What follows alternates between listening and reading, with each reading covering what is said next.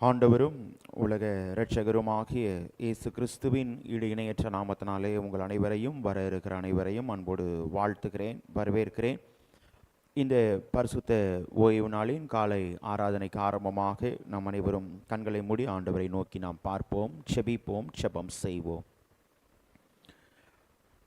எல்லா துதிகளுக்கும் ஸ்தோத்திரங்களுக்கும் பாத்திரமாயிருக்கிற எங்கள் அன்பின் பரலோக பிதாவே, இந்த ஆசீர்வதிக்கப்பட்டதான மனமகிழ்ச்சியான சந்தோஷமான இந்த 7வது மாதத்தின் 3வது ஓய்வு நாளை எண்ணியுமே நாங்கள் துதிக்கிறோம், ஸ்தோத்தரிக்கிறோம். ஜீவனுள்ள தேவன், நீர் எங்களை அழைத்து வந்து உம்முடைய வீட்டின் நன்மையினால் எங்களை திருப்தியாக்குகிறீர். அதை எண்ணியுமே நாங்கள் துதிக்கிறோம், ஸ்தோத்தரிக்கிறோம். இப்போதும் சுவாமி, இந்த ஆராதனை முற்றிலும் உம்முடைய பிரசன்னம், உம்முடைய வழி நடத்துதல் எங்களோடு இருக்கட்டும். நாங்கள் பாட இருக்கிற பாடல்கள், சிந்திக்க இருக்கிற வார்த்தைகள், துதியின் வேலையிலே தேவன் நீர் எங்களோடு இடைப்படுங்க. இன்னும் வர இருக்கிற பிள்ளைகளை தேவன் நீர் தடைகளை முறித்து போட்டு துரிதமாய் எங்கள் மத்தியில் அழைத்து கொண்டு வரும்படியாய் கெஞ்சி மன்றாடுகிறோம். உம்முடைய மாறாத பிரசன்னம் எங்களோடு கூட இருந்து எங்களை தொடர்ந்து வழி நடத்தும்படியாய் கெஞ்சி மன்றாடுகிறோம். மீதியான நேரத்தை உம்முடைய பாதத்திலே நாங்கள் ஒப்பு கொடுக்கிறோம்.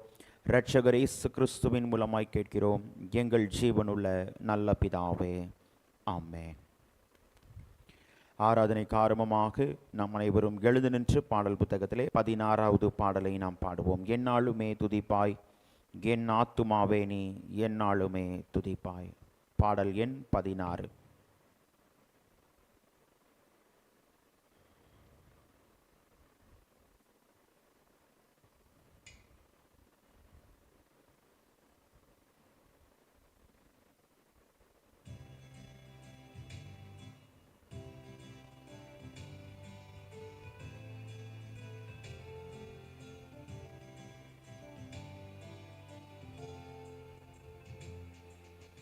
எந்நாளுமே துதிப்பாய் என் ஆத்துமாவே நீ எந்நாளுமே துதிப்பாய். இந்நாள் வரையிலே உன்னத நான் செய்த, இந்நாள் வரையிலே உன்னத நான் செய்த என்னில்லா நன்மைகள் யாவும் மறவாது எந்நாளுமே துதிப்பாய். பாவங்கள் எத்தனையோ நீனையாதிருந்தாரும், பாவங்கள் எத்தனையோ பாழான நோயை அகற்றி குணமாக்கி, பாழான நோயை அகற்றி குணமாக்கி பாரினில் வைத்த மகாதயவை எண்ணி எந்நாளுமே துதிப்பாய். எத்தனையோ கிருபை நோயிற்கு செய்தாரே, எத்தனையோ கிருபை. நித்தமுனை மூடி சூட்டினதுமன்றி, நித்தமுனை மூடி சூட்டினதுமன்றி நித்தியமான ஜீவனை மீட்டதா எந்நாளுமே துதிப்பாய். நன்மையாளுன் வாயை நீரைத்தாரே பூர்த்தியாய், நன்மையாளுன் வாயை உன் வயது கழுகை போல் பலன் கொண்டு, உன் வயது கழுகை போல் பலன் கொண்டு ஓங்கும் இளமை போலாகவே செய்ததால் எந்நாளுமே துதிப்பாய். பூமிக்கும் வானத்துக்கும் உள்ள தூரம் போலவே, பூமிக்கும் வானத்துக்கும் சாமி பயமுள்ளவர் மேலவர் அருள், சாமி பயமுள்ளவர் மேலவர் அருள் சால சத்தியமே இது என்னாலுமே துதிப்பார். மன்னிப்பு மாட்சிமையா மாதேவனருளும் மன்னிப்பு மாட்சிமையா எண்ணுவாயோ கிழக்கு மேற்கின் தூரமே எண்ணுவாயோ கிழக்கு மேற்கின் தூரமே மண்ணில் உன் பாவம் அகன்ற தூரமே என்னாலுமே துதிப்பார். தந்தை தன் பிள்ளைகட்கு தயவோடிரங்கானோ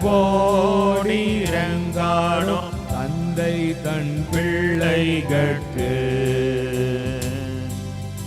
எந்த வேளையாவரோடு நீ தங்கினால் எந்த வேளையாவரோடு நீ தங்கினால் சொந்தம் பாராட்டியே தூக்கி சுமப்பாரே என்னாலுமே துதிப்பார். ஏனாத்துமாவேனி என்னாலுமே துதிப்பார். தேவன் ஆவியாயிருக்கிறார். அவரை தொழுது கொள்கிறவர்கள் ஆவியோடும் உண்மையோடும் அவரை தொழுது கொள்ள வேண்டும். இது கர்த்தர் உண்டு பண்ணின நாள், இதிலே கலிகூர்ந்து மகிழ கடவோம். பூமியின் குடிகளே, எல்லாரும் கர்த்தரை கம்பீரமாய் பாடுங்கள். மகிழ்ச்சியோடே கர்த்தருக்கு ஆராதனை செய்து ஆனந்த சத்தத்தோடே அவர் சந்நிதி முன் வாருங்கள். துன்மார்க்கன் தான் செய்த துன்மார்க்கத்தை விட்டு விலகி நியாயத்தையும் நீதியும் செய்வானே ஆகில் அவன் தன் ஆத்துமாவை பிழைக்க பண்ணுவான். நான் எழுந்து என் தகப்பனிடத்திற்கு போய், தகப்பனே, பரத்துக்கு விரோதமாகவும் உமக்கு முன்பாகவும் பாவம் செய்தேன். இனிமேல் உம்முடைய குமாரன் என்று சொல்லப்படுவதற்கு நான் பாத்திரனல்ல என்பேன். நமக்கு பாவமில்லை என்போமானால் நம்மை நாமே வஞ்சிக்கிறவர்களாயிருப்போம். சத்தியம் நமக்குள் இராது.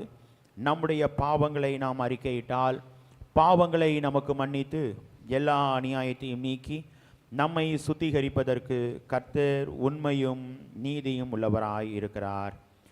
பிரியமானவர்களே, நம்முடைய பரமபிதாவாகிய சர்வ வல்லமை உள்ள தேவனுடைய அளவில்லாத தயவினாலும் இரக்கத்தினாலும் பாவ மன்னிப்பை பெறுவதற்காக நாம் செய்த பலவிதமான பாவங்களையும் அக்கிரமங்களையும் அவர் சந்நிதியில் மாயமாய் மறைத்து கொள்ளாமல் பணிவும் தாழ்மையும் துக்கமும் கீழ்ப்படிதலும் உள்ள இருதயத்தோடு அறிக்கையிட வேத வசனம் பற்பல வாக்கியங்களில் நம்மை ஏவுகிறது.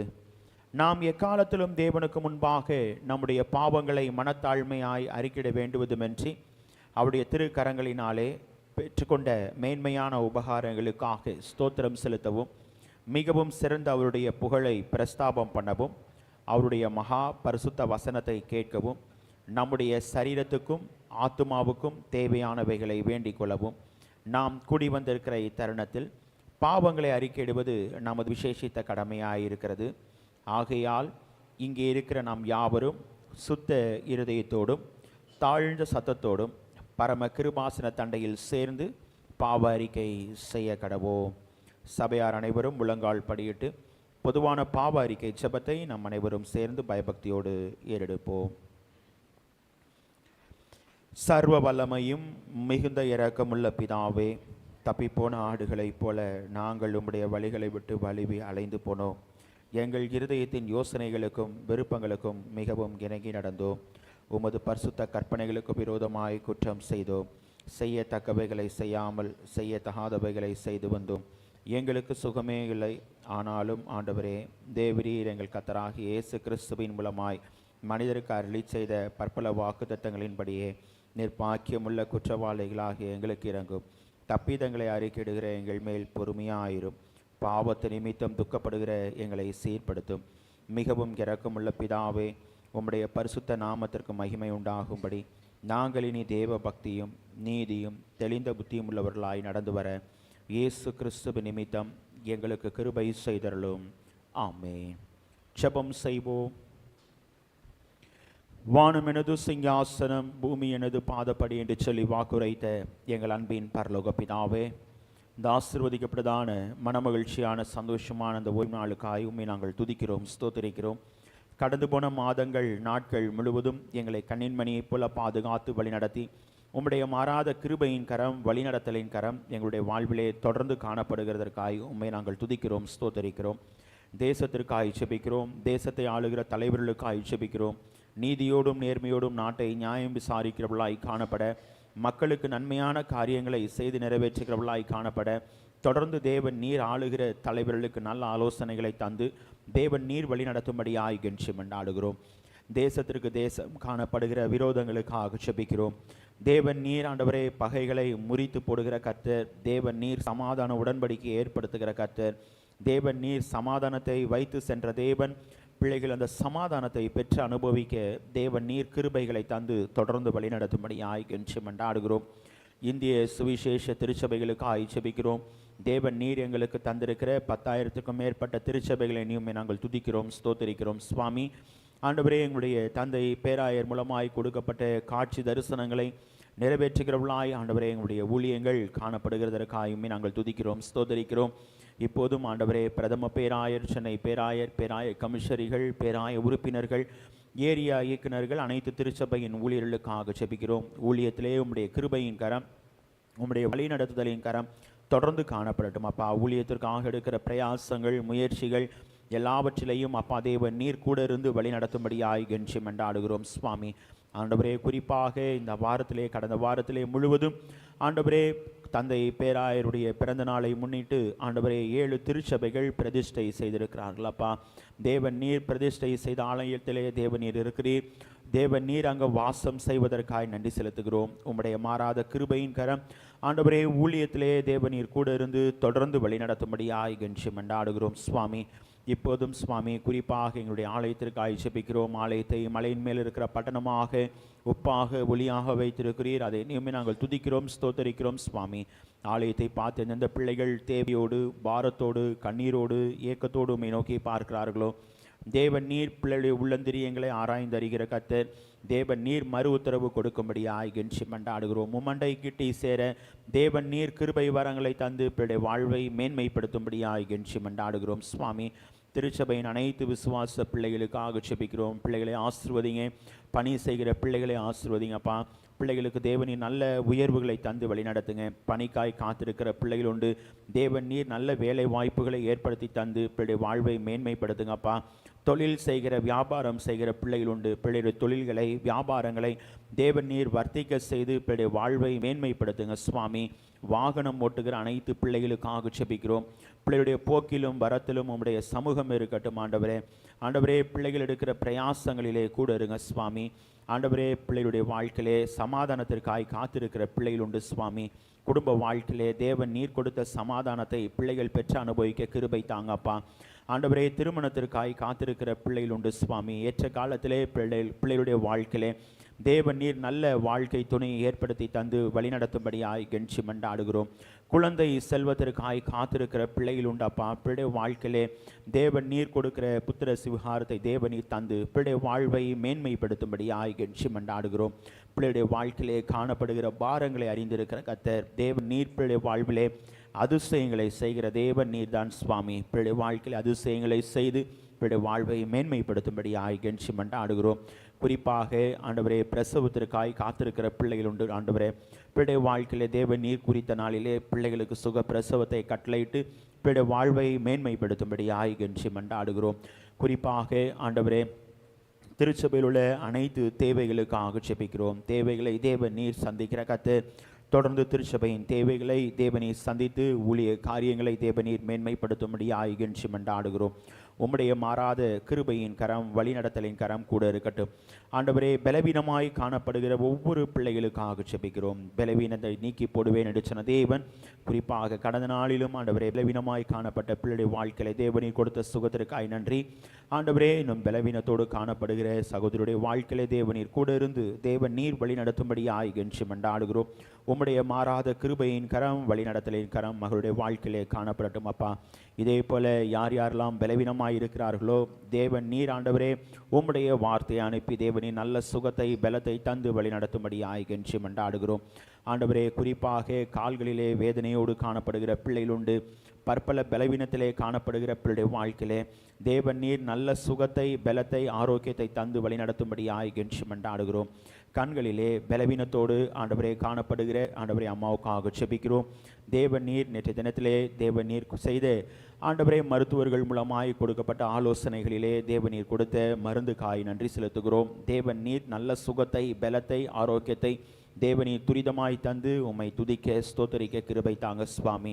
ஆண்டவரே, உம்முடைய மாறாத கிருபையின் கரம் வழிநடத்தலின் கரம் ஒவ்வொரு பிள்ளைகளுடைய வாழ்க்கையிலையும் காணப்படட்டும் அப்பா. திருச்சபையின் அனைத்து ஊழியங்களிலும் ஆண்டவருடைய வழிநடத்தலின் கரம் கூட இருக்கட்டும். ஆண்கள் ஐக்கியம், பெண்கள் ஐக்கியம், ஓய்வு நாள் பாடசாலை, கொயர் ஊழியங்கள், அனைத்து ஊழியங்களிலும் ஆண்டவருடைய வழிநடத்தலின் கரம் தொடர்ந்து காணப்படட்டும் அப்பா. அதற்காக எடுக்கிற பிரயாசங்கள் முயற்சிகள் குறிப்பாக அதன் பொறுப்பாளர்களுக்காக ஜெபிக்கிறோம். தேவன் நீர் பிள்ளைகளை கொண்டு ஊழியத்தை எவனமாய் தேவன் நீர் நடத்த சித்தம் வைத்திருக்கிறீரோ அவனமாய் தேவன் நீர் தொடர்ந்து நடத்தி ஆண்டவரே நாங்கள் ஒருமித்து உம்முடைய நாமத்தை மகிமைப்படுத்த கிருபை செய்யுங்க ஆண்டவரே. இப்போதும் அப்பா இந்த ஆராதனையின் மூலமாய் தேவநீர் எங்களோடு இடைப்படுங்க. இன்னும் வர தடைப்பட்டிருக்கிற தடைகளை முறித்து போட்டு துரிதமாய் எங்கள் மத்தியில் அழைத்து கொண்டு வாங்க. உம்முடைய மாறாத பிரசன்னம் வழிநடத்துதல் தொடர்ந்து எங்களோடு இருக்கட்டும். மீதியான நேரத்தை உம்முடைய பாதத்திலே நாங்கள் ஒப்புக் கொடுக்கிறோம். இரட்சகர் இயேசு கிறிஸ்துவின் மூலமாய் கேட்கிறோம் எங்கள் ஜீவனுள்ள நல்ல பிதாவே, ஆமென். கர்த்தருடைய ஜெபத்தை நாம் சேர்ந்து எடுப்போம். பரமண்டலங்களில் இருக்கிற எங்கள் பிதாவே, உம்முடைய நாமம் பரிசுத்தப்படுவதாக, உம்முடைய ராஜ்யம் வருவதாக, உம்முடைய சித்தம் பரமண்டலத்திலே செய்யப்படுவது போல பூமியிலேயும் செய்யப்படுவதாக. அன்றன்றுள்ள ஆகாரத்தை எங்களுக்கு இன்று தாரும். எங்களுக்கு விரோதமாய் குற்றம் செய்கிறவர்களுக்கு நாங்கள் மன்னிக்கிறது போல எங்கள் குற்றங்களை எங்களுக்கு மன்னியும். எங்களை சோதனைக்குட் பிரவேசிக்க பண்ணாமல் தீமையிலிருந்து ரட்சித்துக் கொள்ளும். ராஜ்யமும் வல்லமையும் மகிமையும் என்றென்றைக்கும் உம்முடையவைகளே, ஆமென். உட்காருவோம். முதலாவது வேத பகுதியை நாம் வாசிக்க கேட்போம். ஏசாயா தீர்க்க தரிசன புத்தகம் 56ஆம் அதிகாரம் வசனங்கள் 1 முதல் 8 முடிய. ஏசாயா 56ஆம் அதிகாரம் வசனங்கள் 1 முதல் 8 முடிய உள்ள வேத பகுதியை முதலாவது வேத பகுதியாக நாம் வாசிக்க கேட்போம்.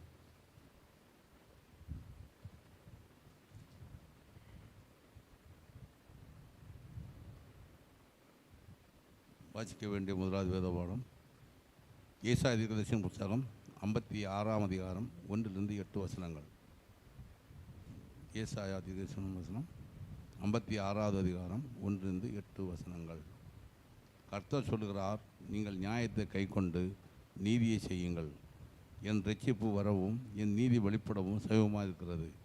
இப்படி செய்கிற மனுஷனும் இதை பற்றி கொண்டிருந்து ஓய்வு நாளை பரிசுத்த குறைச்சாக்காதபடி ஆசரித்து ஒரு பொல்லாப்பையும் செய்யாதபடி தன் கையை காத்து கொண்டிருக்கிற மனுபுத்திரன் பாக்கியவான். கர்த்தரை சேர்ந்த அந்நிய புத்திரன் கர்த்தர் என்னை தம்முடைய ஜனத்தை விட்டு முற்றிலும் பிரித்து போடுவார் என்று சொல்லானாக. அன்னகனும் இதோ நான் பட்டமரம் என்று சொல்லுவானாக. என் ஓய்வு நாட்களை ஆசரித்து என் இஷ்டமானவர்களை தெரிந்து கொண்டு இடம் உடன்படிக்கையை பற்றி கொள்கிற அன்னலர்களை குறித்து கர்த்தர் சொல்லுகிறது என்னவென்றால், நான் கர்த்தருக்கு என் ஆலயத்திலும் என் மதில்களுக்குள்ளும் குமாரருக்கும் குமார்த்திகளுக்கும் உரிய இடத்தையும் கீர்த்தியை பார்க்கிலும் உத்தம இடத்தையும் கீர்த்தியை கொடுப்பேன் என்றும் அழியாத நித்திய நாமத்தை அவர்களுக்கு அருளுவேன். கர்த்தரை சேவிக்கவும் கர்த்தருடைய நாமத்தை நேசிக்கவும் அவருக்கு ஊழியக்காரராகவும் அவரை சேர்த்து ஓய்வு நாளை பரிசுத்த குறைச்சலாக்காதபடி ஆசரித்து என் உடன்படிக்கை பற்றி கொண்டிருக்கிற அந்நிய புத்திரர் அனைவரையும் நான் என் பரிசுத்த பருவத்துக்குள் கொண்டு வந்து என் ஜெப வீட்டிலே அவர்களை மகிழ பண்ணுவேன். அவருடைய சர்வாங்க பலிகளும் அவருடைய பலிகளும் என் பலிபடத்தின் மேல் அங்கீகரிக்கப்பட்டிருக்கும். என்னுடைய வீடு எனப்படும். இஸ்ரவேலின் தள்ளுண்டவர்களை சேர்க்கிற கர்த்தராகிய ஆண்டவர் அவரிடத்தில் சேர்க்கப்பட்டவர்களை அல்லாமல் இன்னும் அவரிடத்தில் சேர்ப்பேன் என்றார் என்பதை கர்த்தர் தாமே இந்த வசனங்களை ஆசிப்பாக. ஆமென்.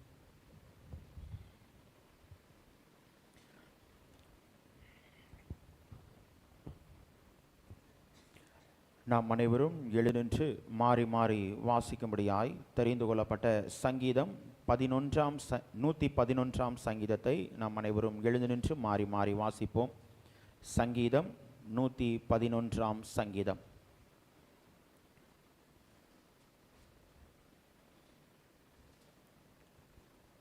அல்லேலூயா. செம்மையானவர்களுடைய சங்கத்திலும் சபையிலும் கர்த்தரை முழு இருதயத்தோடும் துதிப்பேன்.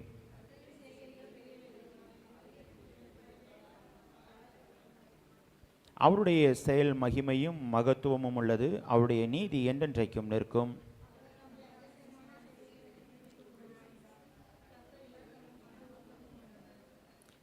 தமக்கு பயந்தவர்களுக்கு ஆகாரம் கொடுத்தார். தமது உடன்படிக்கை என்றென்றைக்கும் நினைப்பார்.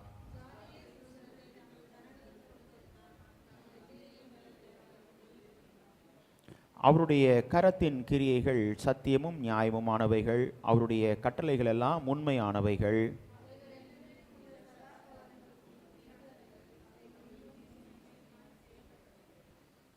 அவர் தமது ஜனத்திற்கு மீட்பை அனுப்பி தமது உடன்படிக்கையை நித்திய உடன்படிக்கையாக கட்டளையிட்டார். அவருடைய நாமம் பரிசுத்தமும் பயங்கரமுமானது.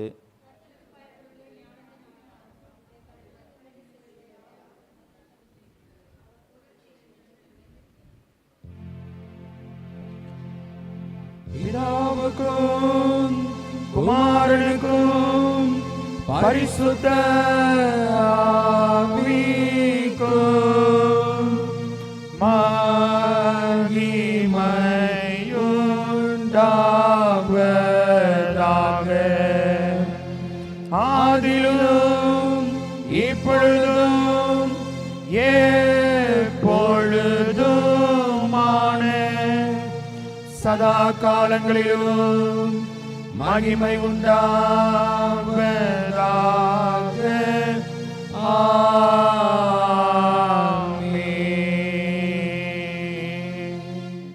நாம் நின்றனமாக அப்போஸ்தல விசுவாச பிரமாணத்தை நாம் அறிக்கை செய்வோம். வானத்தையும் பூமியையும் படைத்த சர்வ வல்லமையுள்ள பிதாவாகிய தேவனை விசுவாசிக்கிறேன். அவருடைய ஒரே குமாரனாகிய நம்முடைய நாதர் இயேசு கிறிஸ்துவை விசுவாசிக்கிறேன். அவர் பரிசுத்த ஆவியினாலே கன்னியாத்தில் பிறந்தார். ஒன்று பிலாத்துவின் காலத்தில் பாடுபட்டு சிலுவையில் அறைந்து மரித்து அடக்கம் பண்ணப்பட்டு பாதாளத்தில் இறங்கினார். 3ஆம் நாள் மரித்தொடத்திலிருந்து எழுந்தள்ளினார். பரமண்டலத்துக்கு ஏறி சர்வ வல்லமையுள்ள பிதாவாகிய தேவனின் வலது பாசத்திலே மீட்டிருக்கிறார். அவ்விடத்திலிருந்து எல்லோரையும் மரித்தோரையும் நியாயம் தீர்க்க வருவார். பரிசுத்த ஆவியானவரையும் விசுவாசிக்கிறேன்.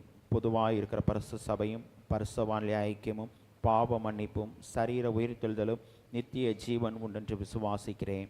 ஆமென். உட்காருவோம். 2வது வேத பகுதியை நாம் வாசிக்க கேட்போம். அப்போஸ்தலனாகிய பவுல் ரோமாபுரியருக்கு எழுதின நிருபம் 10ஆம் அதிகாரம் வசனங்கள் 1 முதல் 13 முடிய. ரோமர் 10ஆம் அதிகாரம் வசனங்கள் 1 முதல் 13 முடிய.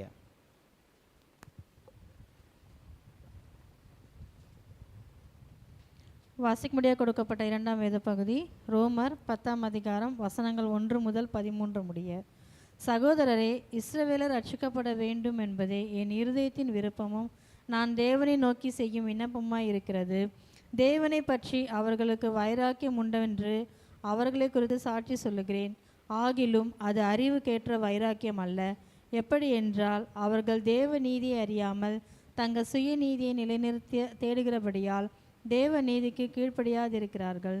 விசுவாசிக்கிற எவனுக்கும் நீதி உண்டாகும்படியாக கிறிஸ்து நியாய பிரமாணத்தின் முடிவாயிருக்கிறார்.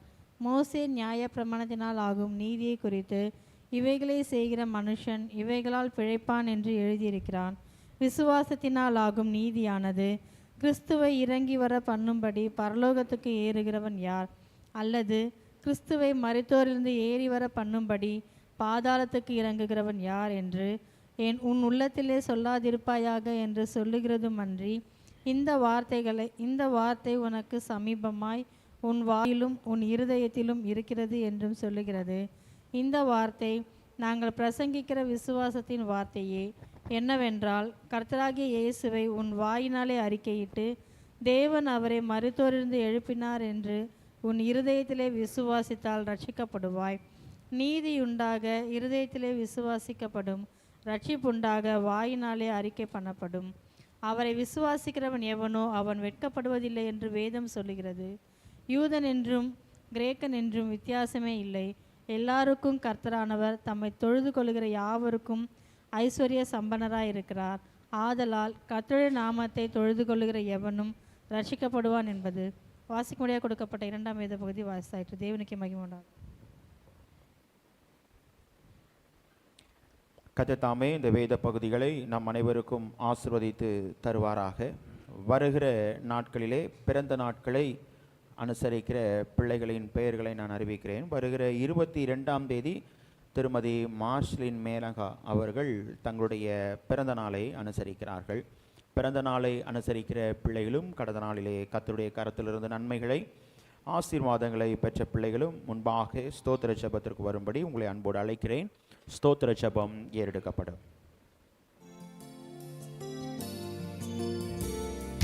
நன்றி என்று சொல்லுகிறோம் நாதா, நாவாலே துதிக்கிறோம் நாதா. நன்றி என்று சொல்லுகிறோம் நாதா, நாவாலே துதிக்கிறோம் நாதா. நன்றி இயேசு ராஜா, நன்றி இயேசு ராஜா, நன்றி இயேசு ராஜா, நன்றி இயேசு ராஜா. கடந்த நாட்கள் காத்தீரே நன்றி ராஜா, கடந்த நாட்கள் காத்தீரே நன்றி ராஜா.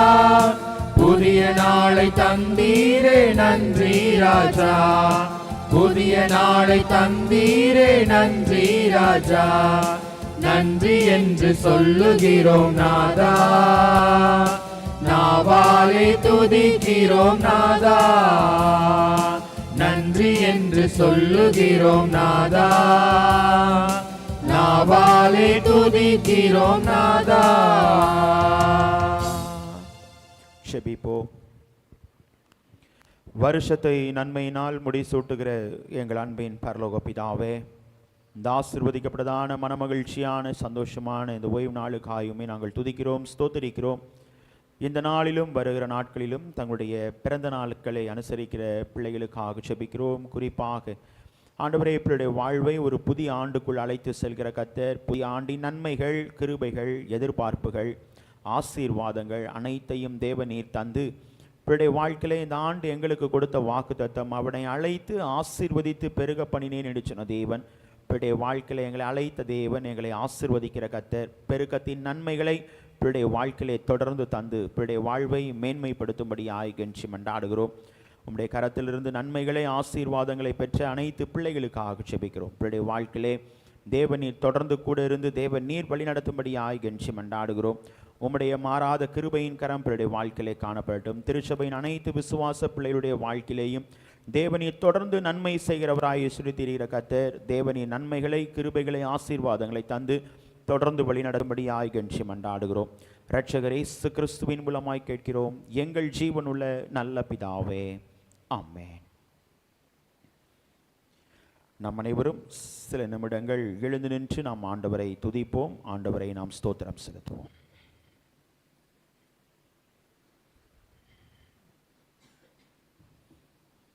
ஆண்டவருடைய பிரசன்னம் நம்மோடு இருக்கும்படியாய், ஆண்டவர் நம்மோடு அசைவாடி கொண்டிருக்கிற கர்த்தர், நம்முடைய வாழ்க்கையிலே ஆண்டவர் போதுமானவராய் காணப்படுகிற தேவன்.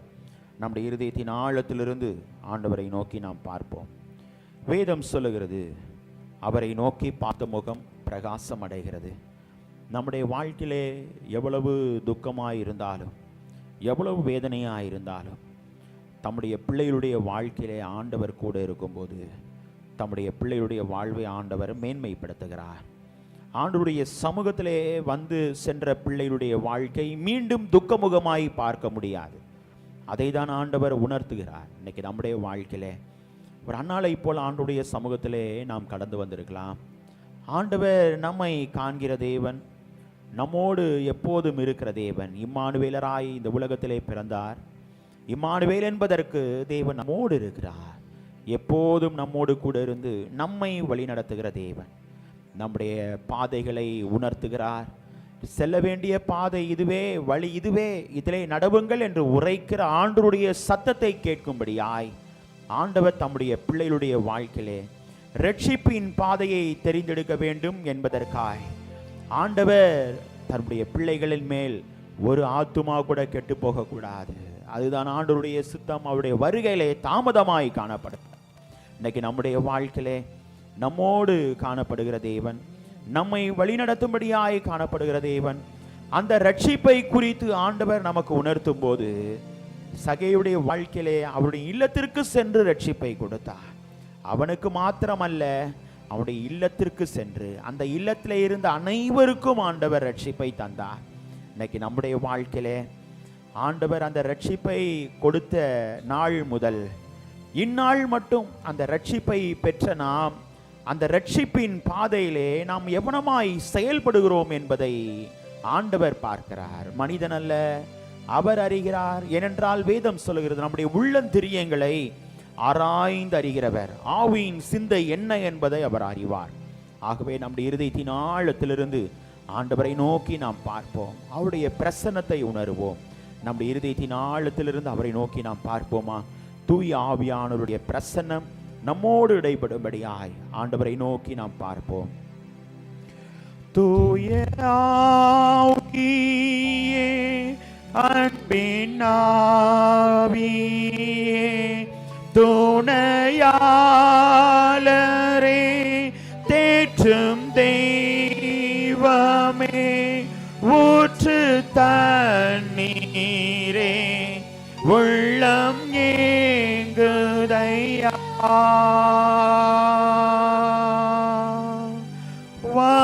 வரவேண்டும்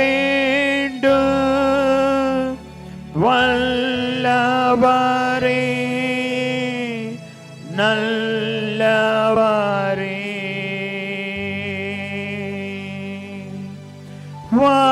வரவேண்டும் வல்லவரே, நல்லவரே.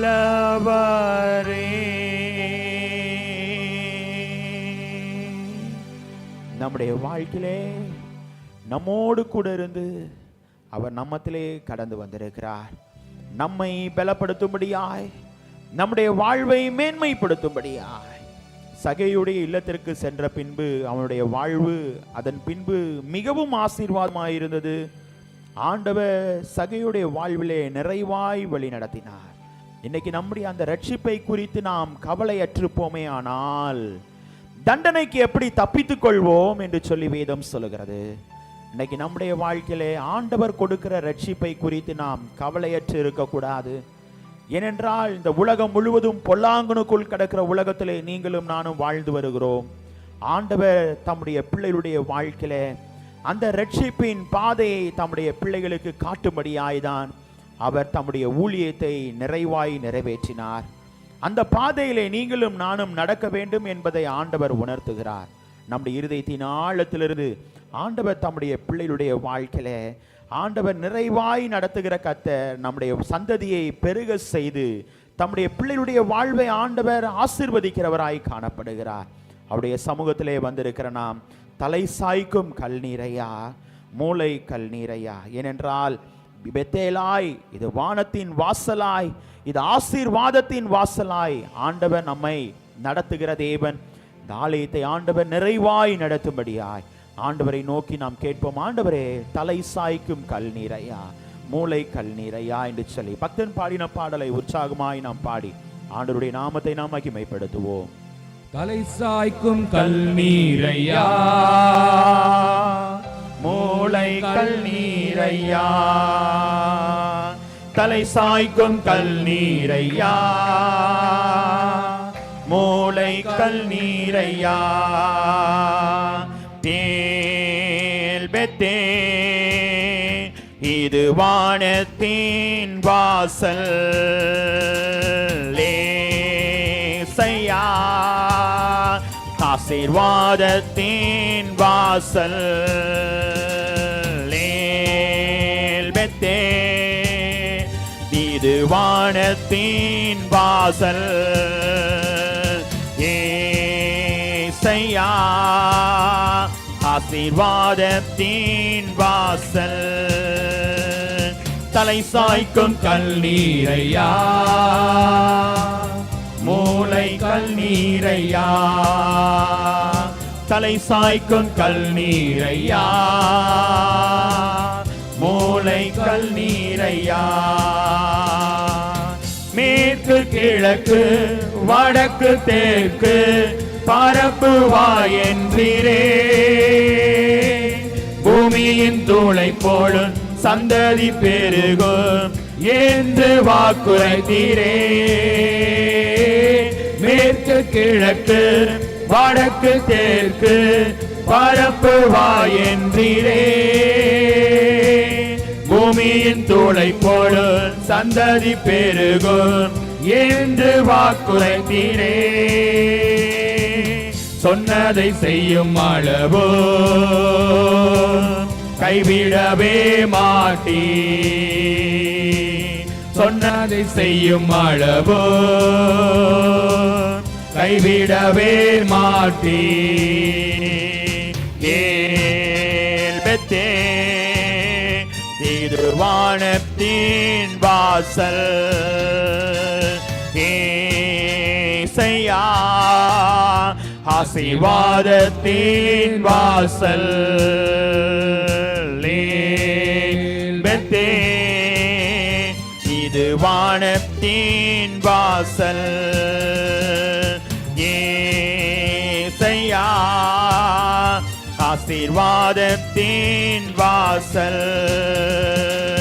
தலை சாய்க்கும் கல்நீரையா மூளை கல்நீரையா தலை சாய்க்கும் கல்நீரையா மூளை கல்நீரையா. பூமியின் வம்சங்கள் உனக்குள்ளும் சந்ததிக்குள் ஆசீர்வதிக்கப்படும் என்று ஆசீர்வாத வாய்க்காலாக என்னை மாற்றினீரே. பூமியின் வம்சங்கள் உனக்குள்ளும் சந்ததிக்குள் ஆசீர்வதிக்கப்படும் என்று ஆசீர்வாத வாய்க்காலாக என்னை மாற்றினீரே. சொன்னதை செய்யும் அளவோ கைவிடவே மாட்டீ. சொன்னதை செய்யும் அளவோ என்னை கைவிடவே மாட்டீ. ஏல்பெத்தேல் இது வானத்தின் வாசல். ஏசையா ஆசீர்வாதத்தின் வாசல். ஏல்பெத்தேல் இது வானத்தின் வாசல். ஏசையா ஆசீர்வாதத்தின் வாசல். தலை சாய்க்கும் கல்நீரையா மூளை கல்நீரையா தலை சாய்க்கும் கல்நீரையா மூளை கல்நீரையா. செல்லும் இடமெல்லாம் என்னோடு இருந்து என்னை கனப்படுத்தினீ. தகப்பன் தேசத்துக்கு திரும்பும் வரையில் என்னை காப்பாற்றுவீர். செல்லும் இடமெல்லாம் என்னோடு இருந்து என்னை கனப்படுத்துவீர். தகப்பன் தேசத்துக்கு திரும்பும் வரையில் என்னை காப்பாற்றுவீர். சொன்னதை செய்யும் அளவோ கைவிடவே மாட்டீ. சொன்னதை செய்யும் அளவோ கைவிடவே மாட்டீ. ஏல்பெத்தே இது வானத்தின் வாசல். ஏசையா ஆசீர்வாதத்தின் வாசல் பெத்தே இது வானத்தின் வாசல் ஏசையா ஆசீர்வாதத்தின் வாசல் தலை சாய்க்கும் கல்நீரையா மூளை கல்நீரையா தலை சாய்க்கும் கல்நீரையா மூளை கல்நீரையா. நம்முடைய வாழ்க்கையிலே எப்போதும் அவருடைய மடியிலே சாய்ந்து ஆண்டவரோடு அன்பும் ஐக்கியமும் நிறைந்த யோவானுடைய வாழ்க்கை நாம் சிந்திக்க கடமைப்பட்டிருக்கிறோம். எப்போதும் சிநேகம் நிறைந்தவராய் காணப்பட்டான். இன்னைக்கு நம்முடைய வாழ்க்கையிலே நமக்கும் ஆண்டவருக்கும் உள்ள அன்பு சிநேகம் எவனமாய் காணப்படுகிறது? அவரோடு நெருக்கமான அன்புள்ளவர்களாய் இருக்கிறோமா? இல்லை என்றால் நம்முடைய கிரியைகளினால் அவரை விட்டு தூரமாய் நம்முடைய வாழ்க்கை இருக்கிறதா? ஆண்டவர் நம்முடைய உள்ளந்திரியங்களை பார்க்கிறார். நம்முடைய கிரியைகளை ஆண்டவர் அறிகிறார். நம்முடைய உள்ளத்தை ஆண்டவர் அறிந்து ஆண்டவர் நம்மை பலப்படுத்தும்படியாய் ஆண்டவர் நமக்கு ஒரு அழைப்பை தருகிறார். ஏனென்றால் அழைக்கப்பட்டவர்கள் அநேகர், தெரிந்து கொள்ளப்பட்டவர்களோ சிலர் என்று சொல்லி ஆண்டவர் தம்முடைய பிள்ளைகளுடைய வாழ்க்கையிலே நம்மை மேன்மைப்படுத்தும்படியாய் நம்முடைய வாழ்க்கையிலே ஆண்டவர் கூட இருந்து நம்மை வழி நடத்துகிறார். இன்னைக்கு நம்முடைய வாழ்வை ஆண்டவருக்கு நேராய் ஒப்பு கொடுப்போம். ஆண்டவரே, நீர் என்னுடைய வாழ்க்கையிலே யெகோவா தேவனாய் இருக்கிறீர். என்னுடைய வாழ்க்கையிலே எல்ஷடாயா எல்லாம் பார்த்து கொள்வீரப்பா. என்னுடைய வாழ்க்கையிலே காணப்படுகிற ஏற்ற தாழ்வுகளை தேவன் நீர் பார்க்கிறீர். மனிதனல்ல, நீர் என்னை வழி நடத்துகிற தேவன். என்னுடைய வாழ்க்கையிலே எல்லோயா என்னை காண்கிற தேவனாய் இருக்கிறீர். எனக்கு எப்போதும் உதவி செய்கிறீர், எப்போதும் உதவி செய்கிறீர். ஆகவேதான் ஆண்டவர் அவரை நோக்கி பார்க்க வேண்டும் என்று சொல்லுகிறார். அவருடைய சமூகத்திலே வந்து ஆண்டவரை நோக்கி பார்க்க வேண்டும் என்று சொல்லுகிறார். இன்னைக்கு நம்முடைய இருதயத்தின் ஆழத்திலிருந்து ஆண்டவரை நோக்கி நாம் பார்ப்போமா? பக்தன் பாடினல்லவா, யெகோவா தேவனே, யெகோவா கர்த்தரே, யெகோவா மீட்பரே, யெகோவா ராஜனே. உற்சாகமாய் நாம் கரங்களை தட்டி நாம் பாடி ஆண்டவருடைய நாமத்தை நாம் மகிமைப்படுத்துவோமா?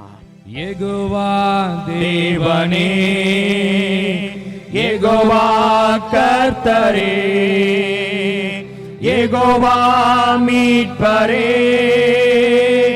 யெகோவா ராஜனே, யெகோவா தேவனே, யெகோவா கர்த்தரே, யெகோவா மீட்பரே, யெகோவா ராஜனே, எல் ஷடாய், எல் ஷடாய், எல்லாம் வல்லவரே,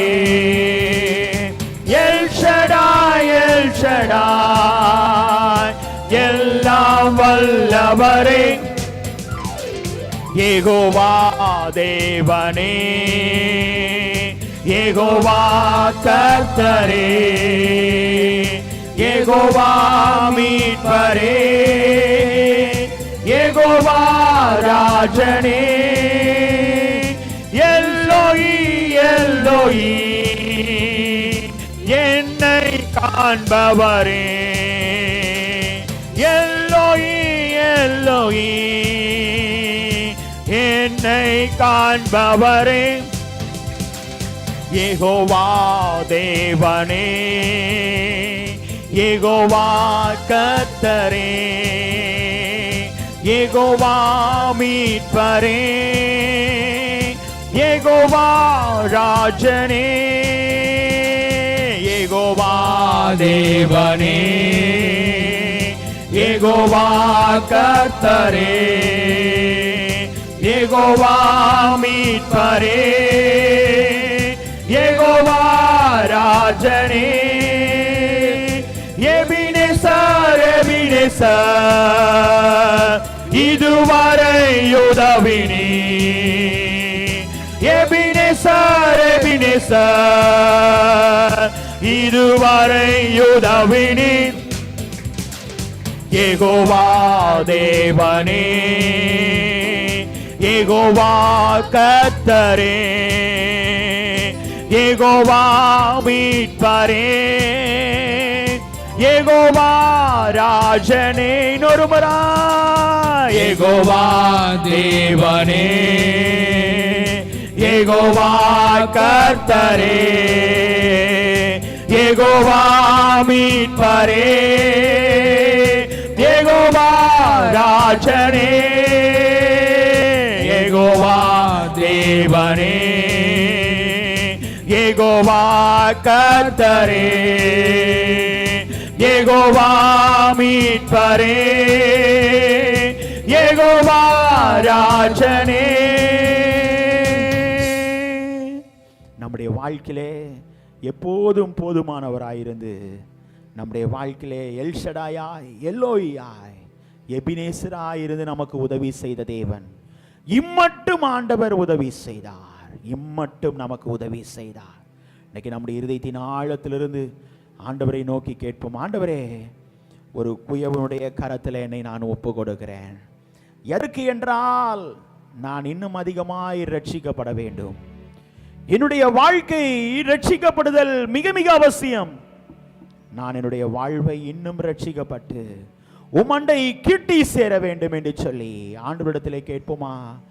பக்தன் பாடினான் அல்லவா, குயவனே குயவனே படைப்பின் காரணனே, களிமண்ணான என்னையுமே கண்ணோக்கி பார்த்திடுமே என்று சொல்லி நாம் வெறுமையான ஒரு பாத்திரத்தை போல் ஆண்டவருடைய கரத்தில் ஒப்பு கொடுப்போம். ஆண்டவர் நம்மை மேன்மைப்படுத்துவார், அவர் நம்மை மேன்மைப்படுத்துவார். நம்முடைய வியாகுலங்கள், பாரங்கள், வேதனைகள், சோர்வுகள், போராட்டங்கள், கவலைகள் எல்லாத்துக்கும் ஆண்டவர் ஒரு முற்றுப்புள்ளியை வைப்பார். நம்முடைய இருதயத்தின் ஆழத்திலிருந்து நம்முடைய வாழ்வை ஒப்பு கொடுப்போமா? வெறுமையான பாத்திரம் நான் வெறுத்து தள்ளாமலே, நீரம்பி வழியும் பாத்திரமாய் விளங்க செய்திடுமே. வேதத்தில் காணும் பாத்திரமெல்லாம் இயேசுவை போற்றிடுமே. என்னையும் மௌவித பாத்திரமாய் வணைந்து கொள்ளுமே. இன்னொரு முறை, வெறுமையான பாத்திரம், வேதத்தில் காணும் பாத்திரமெல்லாம் இயேசுவை போற்றிடுமே. என்னையும் மௌவித பாத்திரமாய் வணைந்து கொள்ளுமே. குயவனே குயவனே படைப்பின் காரணனே, களிமண்ணான என்னையுமே கண்ணோக்கி பார்த்திடுமே. குயவனே குயவனே படைப்பின் காரணனே, களிமண்ணான என்னையுமே கண்ணோக்கி பார்த்திடுமே. எங்களை அதிகமாய் நேசித்து வழி நடத்துகிற எங்கள் அன்பின் பரலோக பிதாவே, எங்களுடைய வாழ்க்கையிலே உம்மண்டை கிட்டி சேர்வதற்கு எங்களுடைய வாழ்க்கை அந்த ரட்சிப்பின் பாதையை தெரிந்தெடுக்க வேண்டும் அப்பா. ரட்சிக்கப்பட்ட பிள்ளைகளாய் வேதம் சொல்லுகிற ரட்சிக்கப்படுகிறவர்களை தேவன் அனுதினமும் சபையிலே சேர்த்து வந்தார். ஆண்டவரே, எங்களுடைய வாழ்க்கை இன்னும் அதிகமாய் உம்மண்டை கிட்டி சேர அந்த ரட்சிப்பின் அனுபவங்களை, கிரியைகளை உடையவர்களாய் நாங்கள் காணப்பட எங்களுக்கு கிருபை தாங்க சுவாமி. பேசுகிறது நான் அல்ல ஆண்டவரே, அடியனை முற்றிலும் தாழ்த்துகிறேன், முற்றிலும் தாழ்த்துகிறேன். உம்முடைய பாதத்தில் ஒப்பு கொடுக்கிறேன் அப்பா. அடியனுடைய வாயோடு இருந்து தேவ நீர் பேசுங்க சுவாமி. மீதியான நேரத்தை நம்முடைய பாதத்திலே ஒப்பு கொடுக்கிறேன். இரட்சகர் இயேசு கிறிஸ்துவின் மூலமாய் கேட்கிறேன் எங்கள் ஜீவனுள்ள நல்ல பிதாவே, ஆமென், ஆமென், ஆமென். அப்படி நின்றவனமாக பேராய ஜெப குறிப்புக்காக நாம் ஜெபிப்போம்.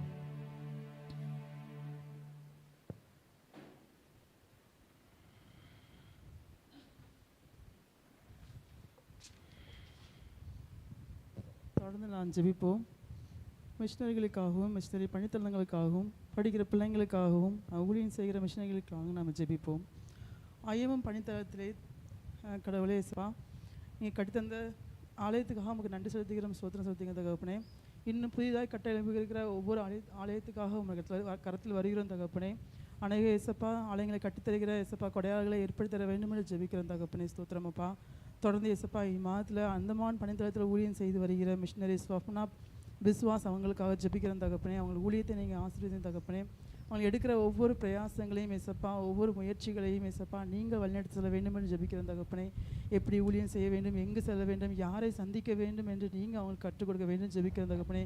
விசேஷ சுகத்தையும் பலத்தையும் ஆரோக்கியத்தையும் நீங்கள் கட்டளையிடும் தகப்பனே. உற்சாகமுள்ள ஆவி அவங்களை தாங்குபடி செய்ய வேண்டும் என்று ஜெபிக்கிறோம் தகப்பனே. தொடர்ந்து இயேசப்பா மால்தோ பிள்ளைகளுக்காக ஜெபிக்கிற தகப்பனே. அங்கே இருக்கிற மிஷினரி பள்ளிகளை படிக்கிற பிள்ளைங்களுக்காக ஜெபிக்கிற தகப்பனே. அவங்க எந்த நோக்கத்துக்காக அந்த பள்ளியில் சேர்க்க அவங்களுக்கு திட்டம் வைத்திருந்த தகப்பனே, அந்த நோக்கத்தை நிறைவேற்ற வேண்டும் ஜெபிக்கிற தகப்பனே. இயேசப்பா கடினமாக படிக்கவும் இயேசப்பா ஞானமுள்ள இயேசப்பா பிள்ளைகளை இயேசப்பா நீ ஞானத்தை இயேசப்பா நீ கொடுக்க வேண்டும் என்று ஜெபிக்கிற தகப்பனே. விசேஷமாக அவங்க எடுக்கிற இயேசப்பா ஒவ்வொரு பிரயாசங்களையும் ஆசிரியர்களும் கற்று அர்ப்பணிக்கிற தகப்பனே. அவங்களை பலப்படுத்துங்க இயேசப்பா, தைரியப்படுத்துங்க, உற்சாகம் இல்லாவி தாங்கும்படி செய்யுங்க. நல்ல ஒரு எதிர்காலத்தை அவங்களுக்கு அமைத்தர வேண்டும் என்று ஜெபிக்கிற தகப்பனே. தொடர்ந்து இயேசப்பா பஞ்சார இன மக்களுக்காக, அங்கே உள்ள 5% கிறிஸ்தவ மக்களுக்காகவும் 18 ஈசிய திருச்சபைகளுக்காக ஜெபிக்கிற தகப்பனே. இயேசப்பா கொடுத்த இயேசப்பா 58 லட்சம் மக்களுக்காக ஜெபிக்கிற தகப்பனே. அந்த பஞ்சார இன மக்கள் ஒவ்வொருவரையும் இயேசப்பா தெரிந்து கொண்ட நோக்கத்தை நிறைவேற்றுங்க தகப்பனே. ஒவ்வொருவரும் இயேசப்பா கெட்டு போகிற சித்தமுள்ள தகப்பனே. எல்லோரும் ரட்சிக்கப்படுவதை நீங்கள் சித்தமுள்ளவராக இருக்கிற தகப்பனே. அனைவரும் நாமத்தை அறிந்து கொண்டு இயேசப்பா இன்னும் அநேக திருச்சபையில் இயேசப்பா ஏற்படுத்த வேண்டும் ஜெபிக்கிறோம். திருச்சபை நாட்டப்பட்ட ஒவ்வொரு பிள்ளைகளும் கத்தில் அர்ப்பணிக்கிறோம். ஒவ்வொருவர்களையும் பலப்படுத்துங்க இயேசப்பா. திருச்சபை நிலைத்திருக்க உதவி செய்யுங்க. உண்மை இயேசப்பா தெரிந்து கொண்ட நோக்கத்தை நிறைவேற்றுங்க. நித்தியத்தில் அவங்களை காண உதவி செய்யுங்க. தொடர்ந்து இயேசப்பா ஒவ்வொரு ஊழியங்களையும் எடுக்கிற இயேசப்பா ஒவ்வொரு திருச்சபை தலைவர்களையும் கத்தில் அர்ப்பணிக்கிறோம். அவங்க அனுப்பும் போது இயேசப்பா கொடுத்த மிஷினரிகள் இயேசப்பா உண்மை உத்தமமாய் ஊழியத்தை செய்து முடிக்க நீங்கள் இயேசப்பா பலப்படுத்த வேண்டும் என்று ஜெபிக்கிறோம். விசேஷ காரணங்கள் வழிநடத்த வேண்டும் ஜெபிக்கிறத தங்களுடைய குடும்பத்தை விட்டு தங்கள் இனங்களை விட்டு இயேசப்பா சென்றிருக்கிற அந்த தேசத்திலே இயேசப்பா அவங்களை பலப்படுத்த வேண்டும் என்று ஜெபிக்கிறோம். உடைய அன்பு கரங்களில் அர்ப்பணிக்கிறோம். எந்த இயேசப்பா பாதிப்பும் வராதபடி, எந்த இயேசப்பா இயற்கை சூழ்நிலைகளும் இயேசப்பா எந்த மாவோயிஸ்ட் இயேசப்பா தீவிரவாதிகள் கிரிகளும் அவங்களை அணுகாதபடி நீர் பாதுகாத்துக் கொள்ளுங்க. உடைய கரங்களில் அர்ப்பணிக்கிறோம். நீங்கள் வெளியெடுத்து பாதுகாத்துக் கொள்ளுங்க. அவங்களை எடுத்து பயன்படுத்துங்க. இன்னும் அநேக மிஷினரிகளை நீங்கள் ஏற்படுத்தி தரப்பதற்காக நன்றி செலுத்திக்கிறோம், ஸ்தோத்திரம் செலுத்திக்கிறோம். இந்த ஜெபத்தை அனைத்து முகத்தில் அர்ப்பணிக்கிறோம். நீங்கள் ஜெபத்தை கேட்டு அற்புதம் செய்து வழிநடத்த தந்ததுக்காக நன்றி. இயேசுவின் நாமத்தினால ஜெபிக்கிறோம் எங்கள் ஜீவனில் நல்ல பிதாவே, ஆமென், ஆமென். உட்காருவோம். ஹல்லேலூயா, ஹல்லேலூயா, ஹல்லேலூயா. நாம் இருந்தவண்ணமாக நம்முடைய பாடல் புத்தகத்திலே 108வது பாடலை நாம் பாடுவோம். எக்கால சத்தம் வானில் துணித்திடவே எம் இயேசு மராஜனே வந்திடுவார். பாடல் எண் 108வது பாடல்.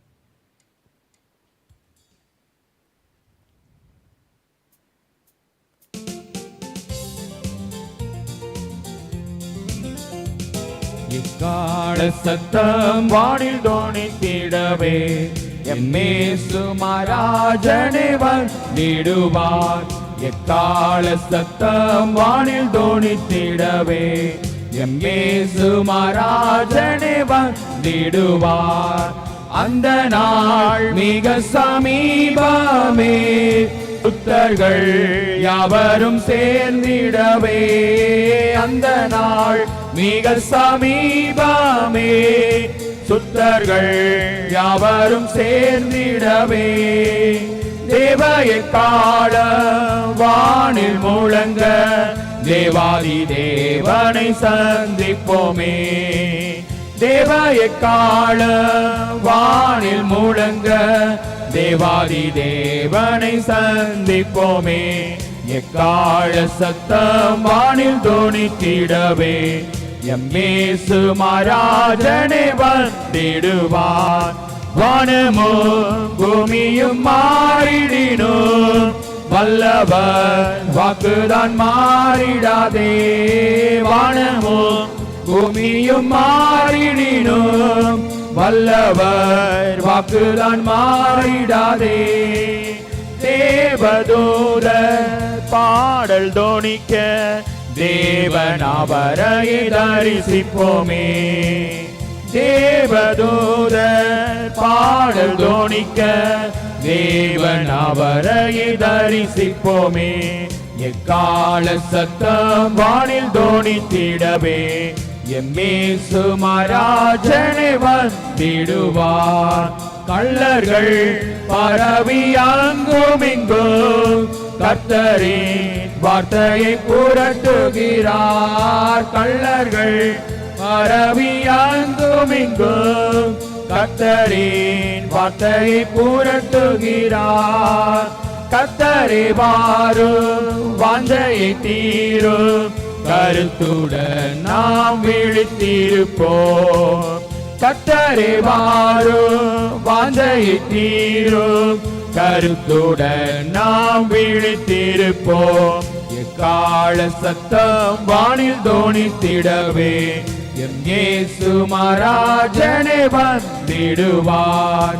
கன்னிமை நேரத்தில் மாறிடுவோம் விண்ணிலே யாவரும் சேர்ந்திடுவோம். கன்னிமை நேரத்தில் மாறிடுவோம் விண்ணிலே யாவரும் சேர்ந்திடுவோம். கண்ணீர் கவலை அங்கே இல்லை கர்த்தர் தாமே வெளிச்சமாவார். கண்ணீர் கவலை அங்கே இல்லை கர்த்தர் தாமே வெளிச்சமாவார். எக்கால சத்தம் வானில் தோணித்திடவே மேசு மகாராஜனே வந்திடுவார். கர்த்தரின் வேளையை நாம் அறியோம் கர்த்தரின் சித்தமே செய்திடுவோம். கர்த்தரின் வேளையை நாம் அறியோம் கர்த்தரின் சித்தமே செய்திடுவோம். பலன்கள் யாவையும் அவரே அளிப்பார் பரமனோடெங்கும் வாழ்ந்திடுவோம். பலன்கள் யாவையும் அவரே அளிப்பார் பரமனோடெங்கும் வாழ்ந்திடுவோம். எக்கால சத்தம் வானில் தோணித்திடவே எம் இயேசு மகாராஜனே வந்திடுவார். எக்கால சத்தம் வானில் தோணித்திடவே எம் இயேசு மகாராஜனே வந்திடுவார். ஆண்டவரும் உலக இரட்சகருமாகிய இயேசு கிறிஸ்துவின் ஈடு இணையற்ற நாமத்தினாலே உங்கள் அனைவரையும் அன்போடு வாழ்த்துகிறேன், வரவேற்கிறேன். ஆண்டவராகிய தேவன் தம்முடைய பிள்ளைகளுடைய வாழ்க்கையிலே போதுமானவராய் தம்முடைய பிள்ளைகளை அதிசயமாய் அற்புதமாய் தொடர்ந்து வழி நடத்துகிறவராய் காணப்படுகிறார். ஆண்டவர் இந்த நாளிலும் நம்மோடு பேசும் பொழுது ஆண்டவர் உரைக்கிற வார்த்தை என்ன என்று சொல்லி நாம் தியானிக்கும் போது அப்போஸ்தலர் நடபடிகள் 16ஆம் அதிகாரம் 30வது வசனத்தை ஆதாரமாய் நாம் எடுத்துக்கொள்வோம். யாராவது ஒருவர் வாசியுங்கள். அப்போஸ்தலர் 16ஆம் அதிகாரம் 30வது வசனம். அவர்களை வெளியே அழைத்து வந்து ஆண்டவன்மாரே ரட்சிக்கப்படுவதற்கு நான் என்ன செய்ய வேண்டும் என்றார். சிறை காவலன் ரட்சிக்கப்படும் போது இங்கு அந்த இடத்திலே உணர்த்துகிறார். பவுலும் சீலாவும் எவனமாய் அங்குடைய வாழ்க்கை காணப்படுகிறது. கட்டப்பட்ட ஒரு வாழ்க்கை. அந்த கட்டப்பட்ட நிலையிலே அவருடைய வாழ்க்கை எவனமாய் ஆண்டவரை துதித்தார்கள். சிறைச்சாலை அனுபவம் அங்கு விடுதலை தந்தது.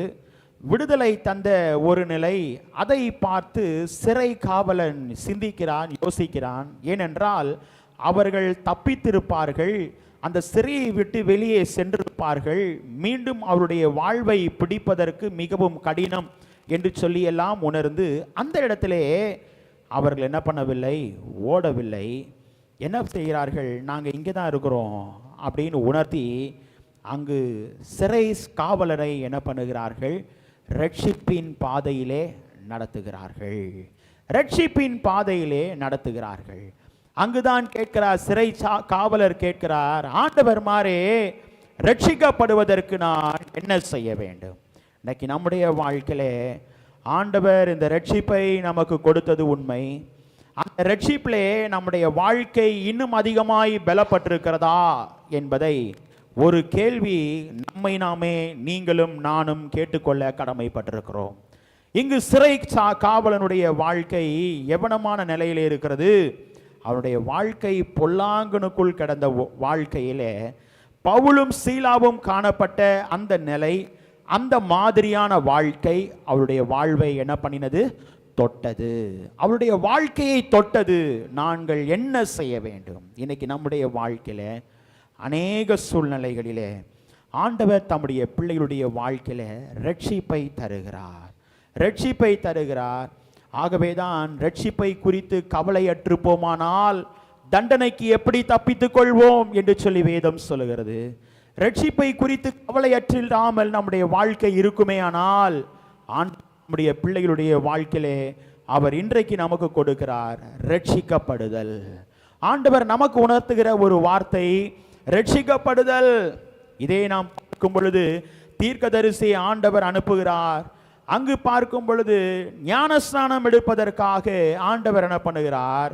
அங்கு தீர்க்கதரிசியுடைய வாழ்வை ஆண்டவர் அனுப்பி, நான் ஞானஸ்நானம் எடுப்பதற்கு ஏதாவது தடை இருக்கிறதா? இல்லை.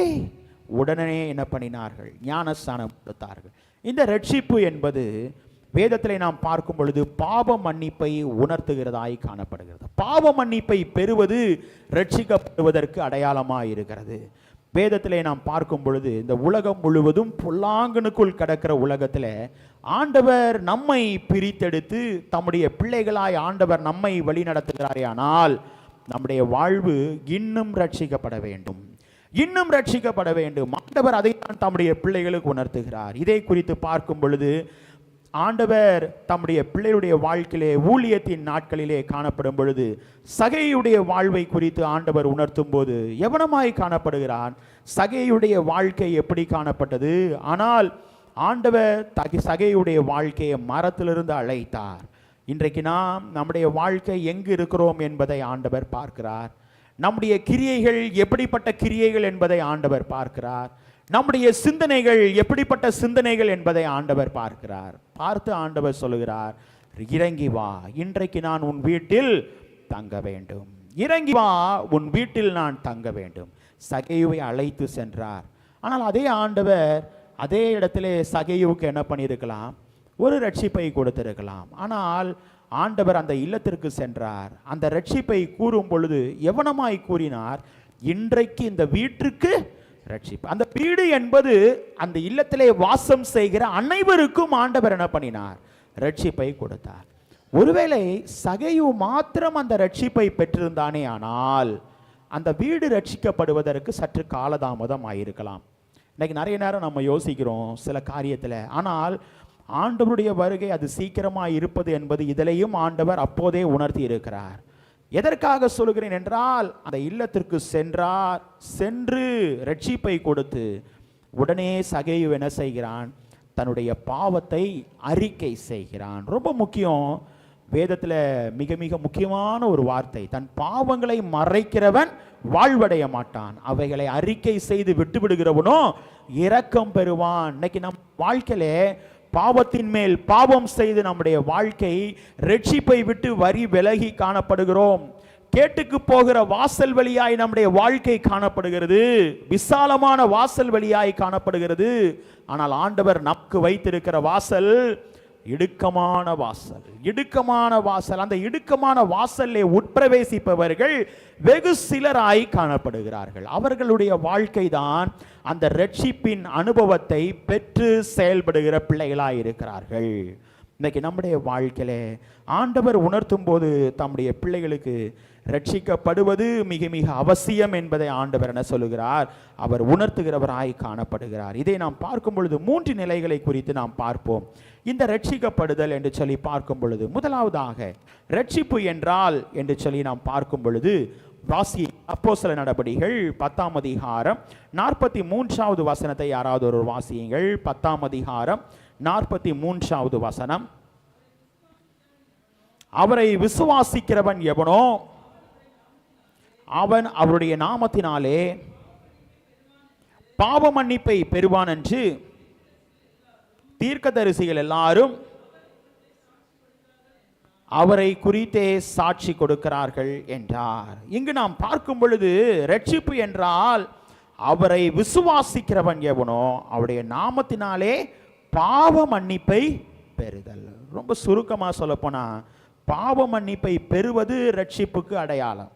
பாவ மன்னிப்பை பெறுவது ரட்சிப்புக்கு அடையாளம். ஆண்டவருடைய சமூகத்திலே இதே போல ஒரு வாலிபன் ஆண்டவருடைய சமூகத்திலே வந்தான்.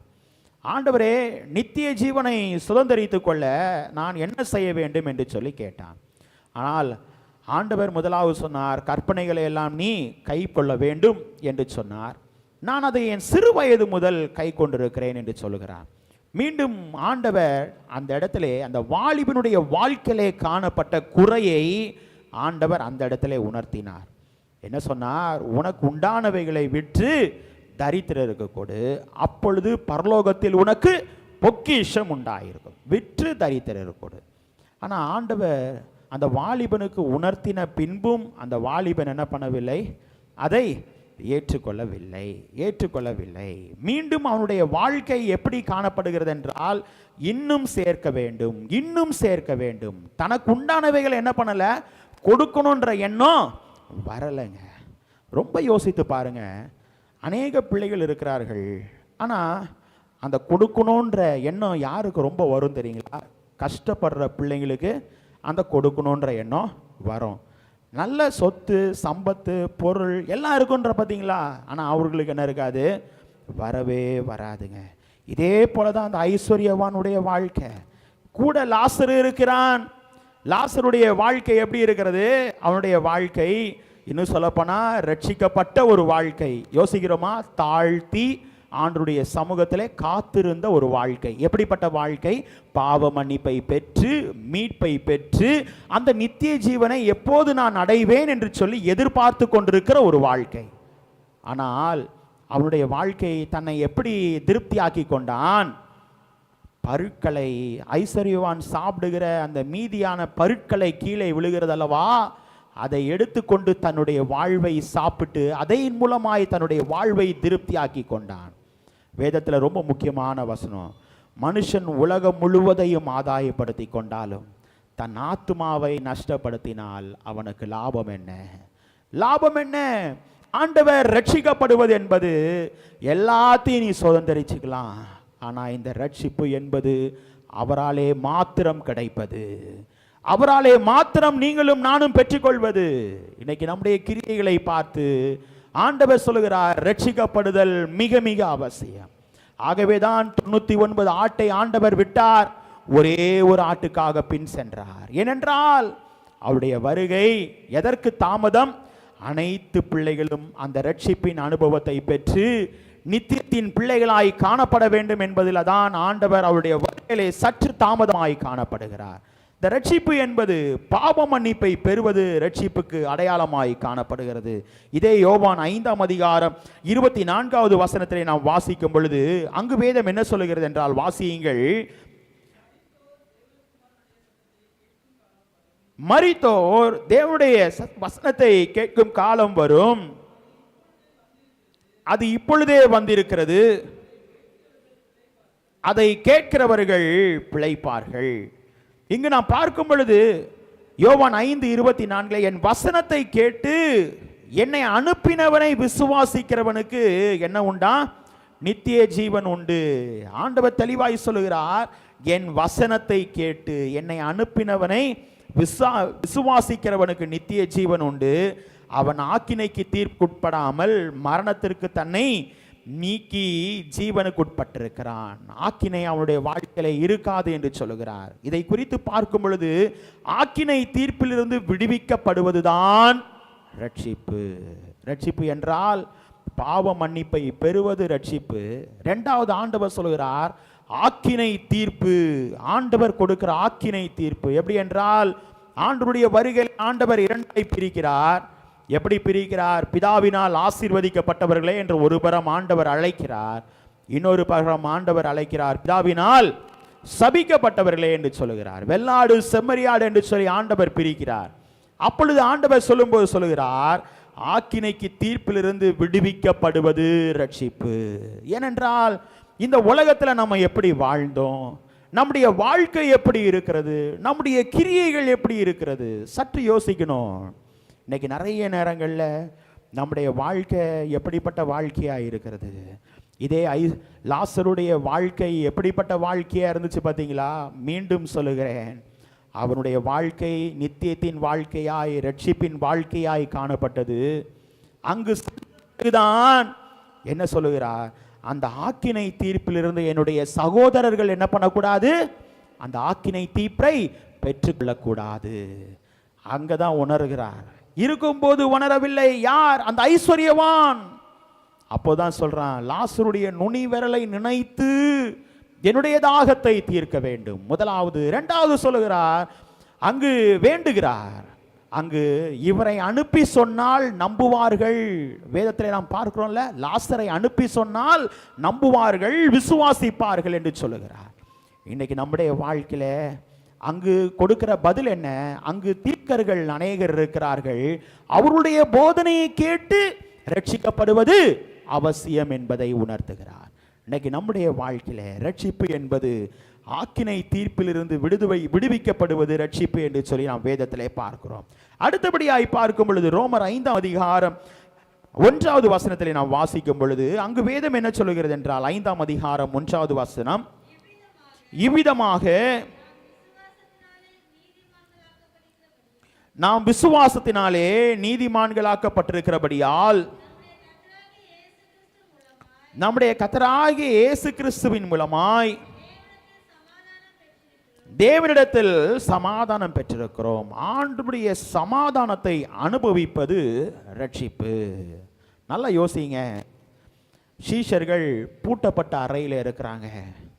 பூட்டப்பட்ட அறைகளிலே எப்படிப்பட்ட நிலை? பதட்டமான நிலை. எங்களை ஊழியத்துக்கு அழைத்து வந்தார், இவ்வளோ வைராக்கியமாய் ஊழியத்தை செய்ய வைத்தார், எல்லா காரியத்தையும் நிறைவேற்றினார். ஆனால் கடைசி நேரம் என்ன? எங்களை விட்டு சென்று விட்டாரே. அந்த இடத்துல தான் அங்கு சீஷருடைய வாழ்க்கை காணப்பட்டது. ஆனால் ஆண்டவர் உணர்ந்தார், உயிர் தெழுந்த தேவன் அந்த பூட்டப்பட்ட அறைக்கு தான் சென்றார். என்ன சொன்னார்? சமாதானம், உங்களுக்கு சமாதானம். இங்கு ஆண்டவர் என்ன சொல்லுகிறார் என்றால், அவருடைய சமாதானத்தை பெற்று அனுபவிப்பது ரட்சிப்பு என்று சொல்லி பார்க்கிறோம். இன்னைக்கு நம்முடைய வாழ்க்கையில அவருடைய சமாதானத்தை நீங்களும் நானும் எவனமாய் பெற்று அனுபவிக்கிறோம். ரொம்ப முக்கியமான ஒரு வார்த்தை. ஆண்டவர் இந்த உலகத்தில் நமக்கு சொத்தையோ சம்பத்தையோ வைத்து விட்டு செல்லலைங்க. நான் அடிக்கடி சொல்கிறேன், ரொம்ப மிகப்பெரிய சொத்து என்ன தெரியுங்களா?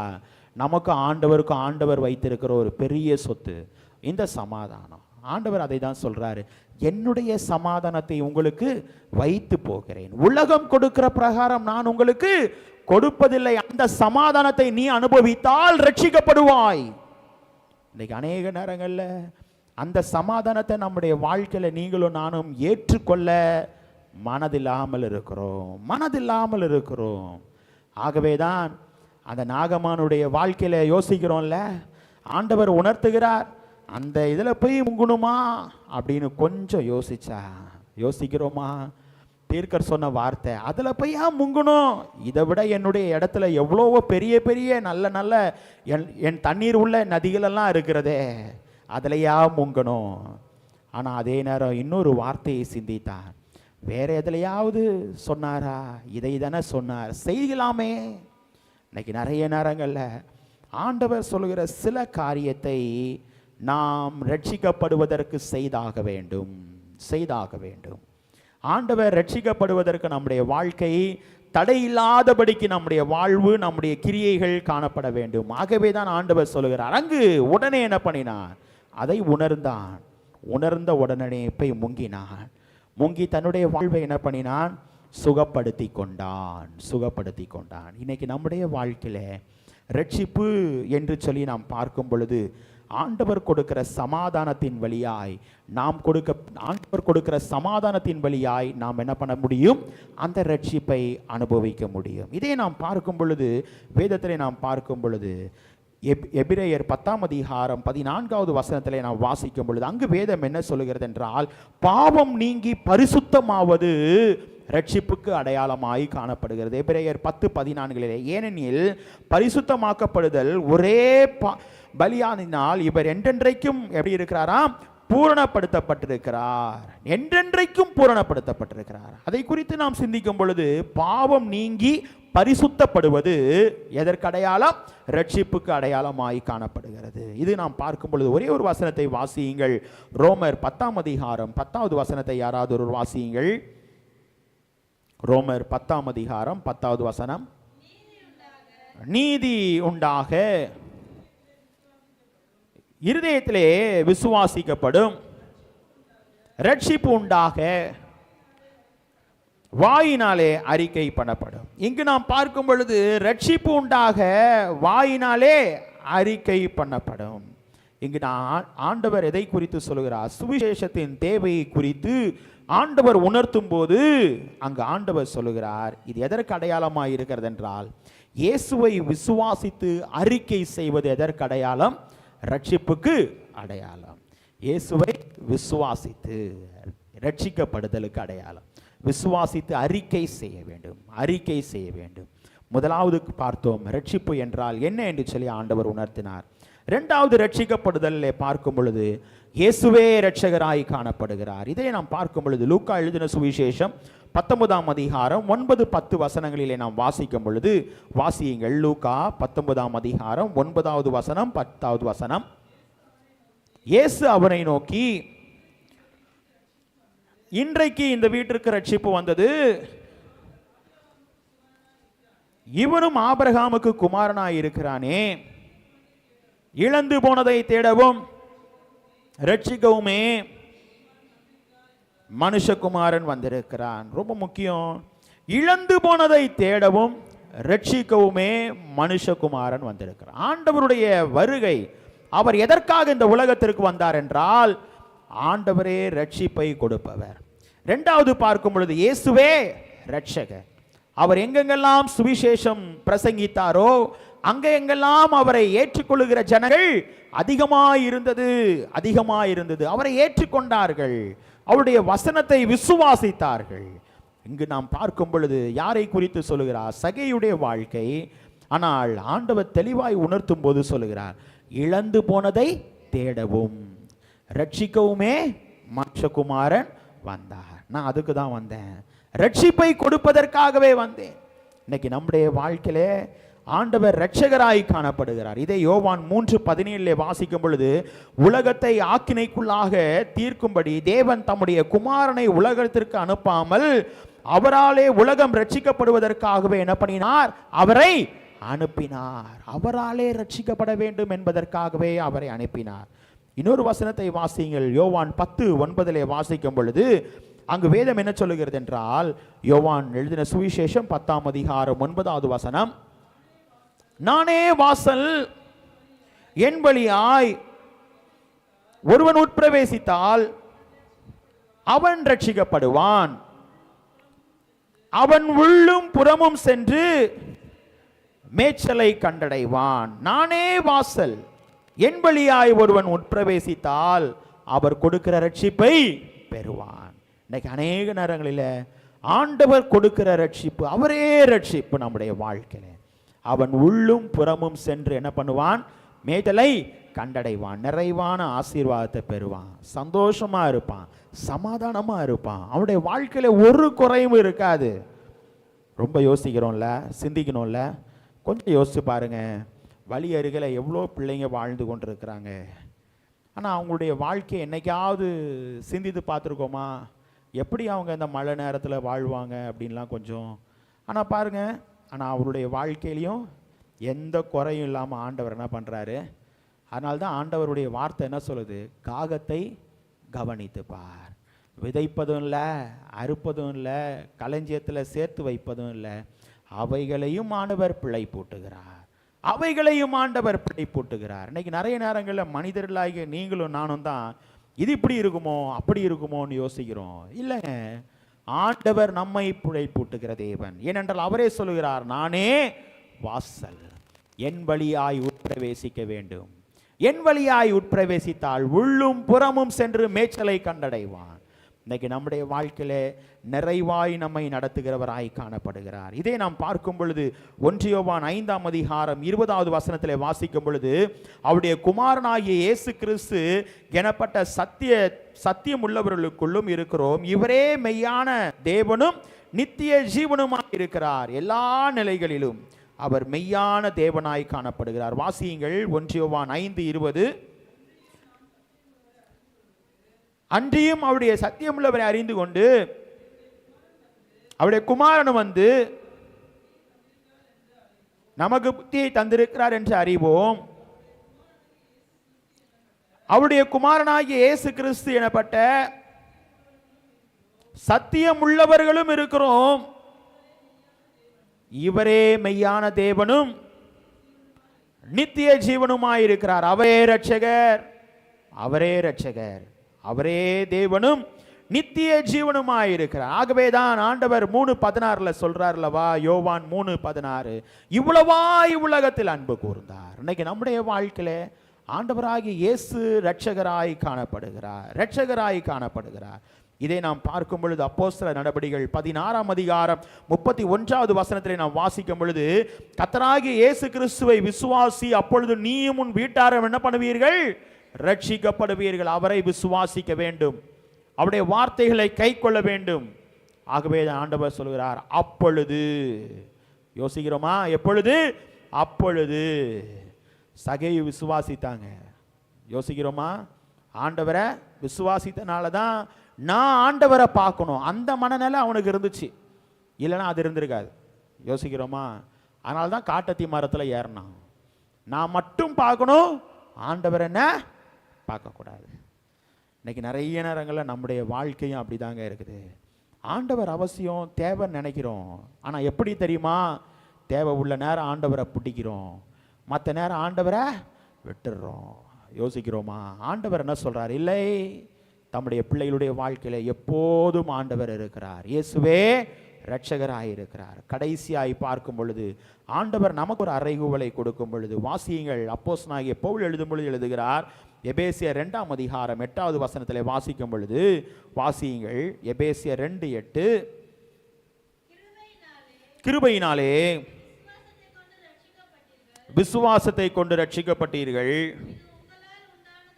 இது உங்களால் உண்டானதல்ல, இது தேவனுடைய ஈவு. மூன்றாவது, விசுவாசத்தினாலே ரட்சிப்பு. முதலாவது, ஆண்டவர் தம்முடைய பிள்ளைகளுக்கு ரட்சிப்பு என்றால் என்ன என்று சொன்னார். இரண்டாவது, இயேசுவே இரட்சகர் என்பதை ஆண்டவர் உணர்த்தினார். மூன்றாவது, ஆண்டவர் சொல்லும் பொழுது விசுவாசத்தினாலே இந்த ரட்சிப்பை ஆண்டவர் என்ன பண்ணுகிறார்? தம்முடைய பிள்ளைகளுக்கு தருகிறவராயிருக்கிறார். ரோமர் 1:16 வாசிக்கும் பொழுது, கிறிஸ்துவின் சுவிசேஷத்தை குறித்து நான் வெட்கப்படேன், முன்பு யூதரிலும் பின்பு கிரேக்கரிலும் விசுவாசிக்கிறவன் எவனோ அவனுக்கு ரட்சிப்பு உண்டாகுவதற்கு அது தேவபலனாய் இருக்கிறது. அது தேவபலனாய் இருக்கிறது. கிறிஸ்துவின் சுவிசேஷத்தை கொண்டு நான் என்ன பண்ணல? நான் வெட்கப்படலை. அதான் பவுலடியார் சொல்லுமோ, நாசமோ நிர்வாணமோ பட்டயமோ எல்லாவற்றை குறித்து சொல்றார். இன்னைக்கு நம்முடைய வாழ்க்கையில விசுவாசத்தினால் உண்டாகிற ரட்சிப்பை ஆண்டவர் தம்முடைய பிள்ளைகளுக்கு என்ன பண்ணுகிறார்? உணர்த்துகிறவராய் காணப்படுகிறார். அதே ரோமர் 3ஆம் அதிகாரம் 28வது வசனத்திலே வாசிக்கும் பொழுது, ஆதலால் மனுஷன் நியாய பிரமாணத்தின் கிரியைகள் இல்லாமல் விசுவாசத்தினாலே நீதிமானாக்கப்படுகிறான். நியாய பிரமாணத்தின் அல்ல, விசுவாசத்தினாலே நீதிமானாக்கப்படுகிறான். ஆகவேதான் தீர்க்கதரிசி ஆண்டவர் அனுப்புகிறார். எதற்கு? பாவத்துக்கு செத்து, அதுதாங்க ஞானஸ்நானம். யோசிக்கிறோமா? தீர்க்கதரிசியுடைய பணி முடிந்த அடுத்த செகண்ட் என்ன பண்ணியாச்சு? தீர்க்கதரிசியுடைய வேலை முடிஞ்சிச்சு. அதுக்கப்புறம் அவனுடைய பணி வேறங்க. இன்னைக்கு நிறைய நேரம் என்ன நினைக்கிறோம்? தீர்க்கதரிசியுடைய வேலை தான். இல்லை, அதன் பின்பு தீர்க்கதரிசி அவரோடு கூட இருக்குன்னு வேதத்தில் பார்க்கிறோமா? இல்லை. அவருடைய பணி என்ன? ஞானஸ்தானத்தை குறித்து உணர்த்தி ஞானஸ்தானத்தை கொடுத்துட்ட பிறகு மீதி யார் கையில் இருக்கு? யார் கையில் இருக்குங்க? ஒருவேளை யோசிக்கலாம், பாஸ்டர் சர்டிஃபிகேட் தராருல, அவர் கையெழுத்து தானே போடுறாரு. நிறைய பேர் என்கிட்ட சில வாலிப தம்பி தங்கைகள் கேட்டிருக்கிறாங்க, நீங்கள் தானே கையெழுத்து போடுறீங்களே, எங்களை குறித்து என்ன பண்ணணும்? ஆண்டவர் உணர்த்தாமல் எதாவது செய்வீங்களா? யோசிக்கிறோமா? ஆண்டவருடைய, நான் எப்பவும் சொல்வேன், ஞானஸ்தானத்தை குறித்து சொல்லும்போது, ஆண்டவர் உங்களுக்குன்னு ஒரு ஞானத்தை வச்சிருக்கிறாரு. அப்பா அம்மா தள்ளி தள்ளி என்ன பண்ணாதீங்க, ஞானஸ்தானத்தை பெற்றுக்கொள்ளாதீங்க. ரொம்ப முக்கியம். முன் வரணும், தானா வரணும். அதனால தான் நான் சொன்னேன், பாவத்துக்கு செத்து நீதிக்கு பிழைத்திருப்பது. இதுவரை வாழ்ந்த வாழ்க்கை எப்படியோ அது வேறே. அதான் சகையுடைய வாழ்க்கையை நான் நினைவு கூர்ந்தேன். அதுவரை அவனுடைய வாழ்க்கை காட்டத்தி மரம் வரைக்கும் அவனுடைய வாழ்க்கை வேற, அதுக்கப்புறம் வேறங்க. அவனுடைய வாழ்க்கை விசுவாசத்தினால ரட்சிப்பை பெற்றுக்கொண்டான். அப்போ யோசிச்சு பாருங்க, ஆண்டவர் வீட்டில் வந்தாரு, என்ன சொன்னான்? நான் எல்லாத்தையும் என்ன பண்ணிடுறேன், நாளை தனியாக கொடுத்துட்றேன். அப்போ அவன் இடத்துல ஏதாவது வச்சிருப்பானான்னு யோசிக்கிறோமா? இருக்குன்னு நினைக்கிறீங்களா? கொஞ்சம் சிந்திச்சு பார்த்தோன்னா, வட்டியும் முதலுமா என்ன பண்ணிட்டான்? கொடுத்துட்டான், எல்லாத்தையும் கொடுத்துட்டான். ஆனால் ஆண்டவர் மீண்டும் அவனை ஒரு புது சிருஷ்டியாய் மாற்றுகிறார். எல்லாவற்றையும் முடிச்சிச்சு. பழையவைகள் எல்லாம் ஒளிந்து போயின, எல்லாம் புதிதாயின. விசுவாசத்தினால் உண்டாகிற ரட்சிப்பு, விசுவாசத்தினால் உண்டாகிற ரட்சிப்பு. ஆண்டவர் அதை தான் உணர்த்துகிறவராய் காணப்படுகிறார். இதே பார்க்கும் பொழுது 1 பேதுரு 1:9 வாசிக்கும் பொழுது, உங்கள் விசுவாசத்தின் பலனாகிய ஆத்தும ரட்சிப்பை நீங்கள் என்ன பண்ணுவீர்கள்? அடைவீர்கள். ஆண்டவர் ஆத்தும ரட்சிப்பை தருகிறார். ஆகவேதான் இந்த ஆத்துமா ஆண்டவரோடு வாழுகிறது நித்தியமாய். அதனால தான் ஆண்டவர் ஒரு அழைப்பை கொடுக்கிறார்ல. இன்னைக்கு நான் செத்து போயிட்டேன்னா என் ஆத்துமா எங்க போகுது? ஆண்டவர்கிட்ட போகுது. கடைசி நாளில் ஆண்டவர் என்ன சொல்றாரு? முதலாவது மரித்தவர்கள் எழுந்திருப்பார்கள். ஆண்டவர் அந்த ஆத்தும ரட்சிப்பு, யோசிக்கிறோமா? ஆத்தும ரட்சிப்பு ஆண்டவர் அதை தான் குறித்து சொல்கிறார். விசுவாசத்தினால் உண்டாகிற ரட்சிப்பை ஆண்டவர் கொடுக்கிறார். ரோமர் 10:9 மட்டும் வாசியுங்கள், முடித்து விடுகிறேன். ரோமர் 10:9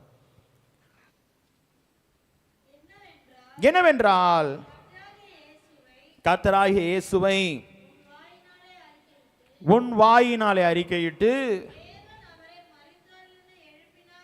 தேவன் அவரை மரித்தோரிலிருந்து எழுப்பினார் என்று உன் இருதயத்திலே விசுவாசித்தால் ரட்சிக்கப்படுவாய். ஏனென்றால் நீ ஆண்டவர் மரித்தோரிலிருந்து எழுப்பினார் என்று உன் இருதயத்தில் விசுவாசிக்கணும்.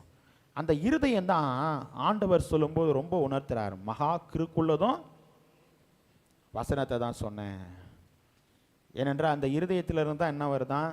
எல்லா சிந்தனைகளும் வருதுன்னு சொல்றது வேதம். ஆகவே தான் ஆண்டவர் என்ன சொன்னார்? எதில் விசுவாசிக்கணும்னு சொன்னார்? உன் இருதயத்தில் விசுவாசி. இருதயத்தில் விசுவாசித்தா என்ன பண்ணாது? அந்த ரட்சிப்பின் பாதையில் நேராக போய்கிட்டே இருப்போம். எப்படி?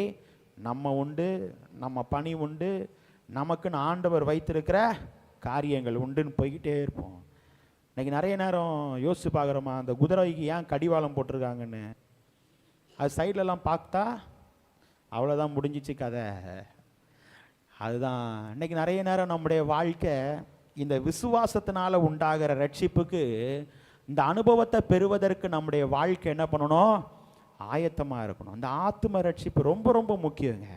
ஆண்டவர் அதை தான் சொல்லும்போது சொல்லுகிறார், அதை வாயினால் அறிக்கையிட்டு அவரை மரித்தோரிலிருந்து எழுப்பினார் என்று இருதயத்தில் விசுவாசி. உன் இருதயத்தில் விசுவாசி, அப்பொழுது நீ என்ன பண்ணுவாய்?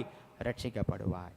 ஆண்டவர் 3 நிலையை உணர்த்தினார். ரட்சிக்கப்படுதல் என்று சொல்லி பார்க்கும் பொழுது, ரட்சிப்பு என்றால் என்பது ஆண்டவர் உணர்த்தும் போது பாவ மன்னிப்பை பெறுவது, ஆக்கினை தீர்ப்பிலிருந்து விடுவிக்கப்படுவது ரட்சிப்பு என்பதை ஆண்டவர் உணர்த்தினார். 2வது பார்க்கும் பொழுது ஆண்டவரே இயேசுவே ரட்சகர் என்பதை ஆண்டவர் தம்முடைய பிள்ளைகளுக்கு உணர்த்தினார். 3வது பார்த்தோம், விசுவாசத்தினால் ஆண்டவர் தம்முடைய பிள்ளைகளுக்கு என்ன பண்ணுகிறார்? ரட்சிப்பை கொடுக்கிறவராயிருக்கிறார். இன்னைக்கு நம்முடைய வாழ்க்கை விசுவாசித்தனால் உண்டாகிற அந்த நிறைவான ரட்சிப்பை பெறுவதற்கு ஆண்டவர் ஒரு அழைப்பை தருகிறார். நம்முடைய வாழ்வை ஆண்டவருக்கு ஒப்பு கொடுப்போம்.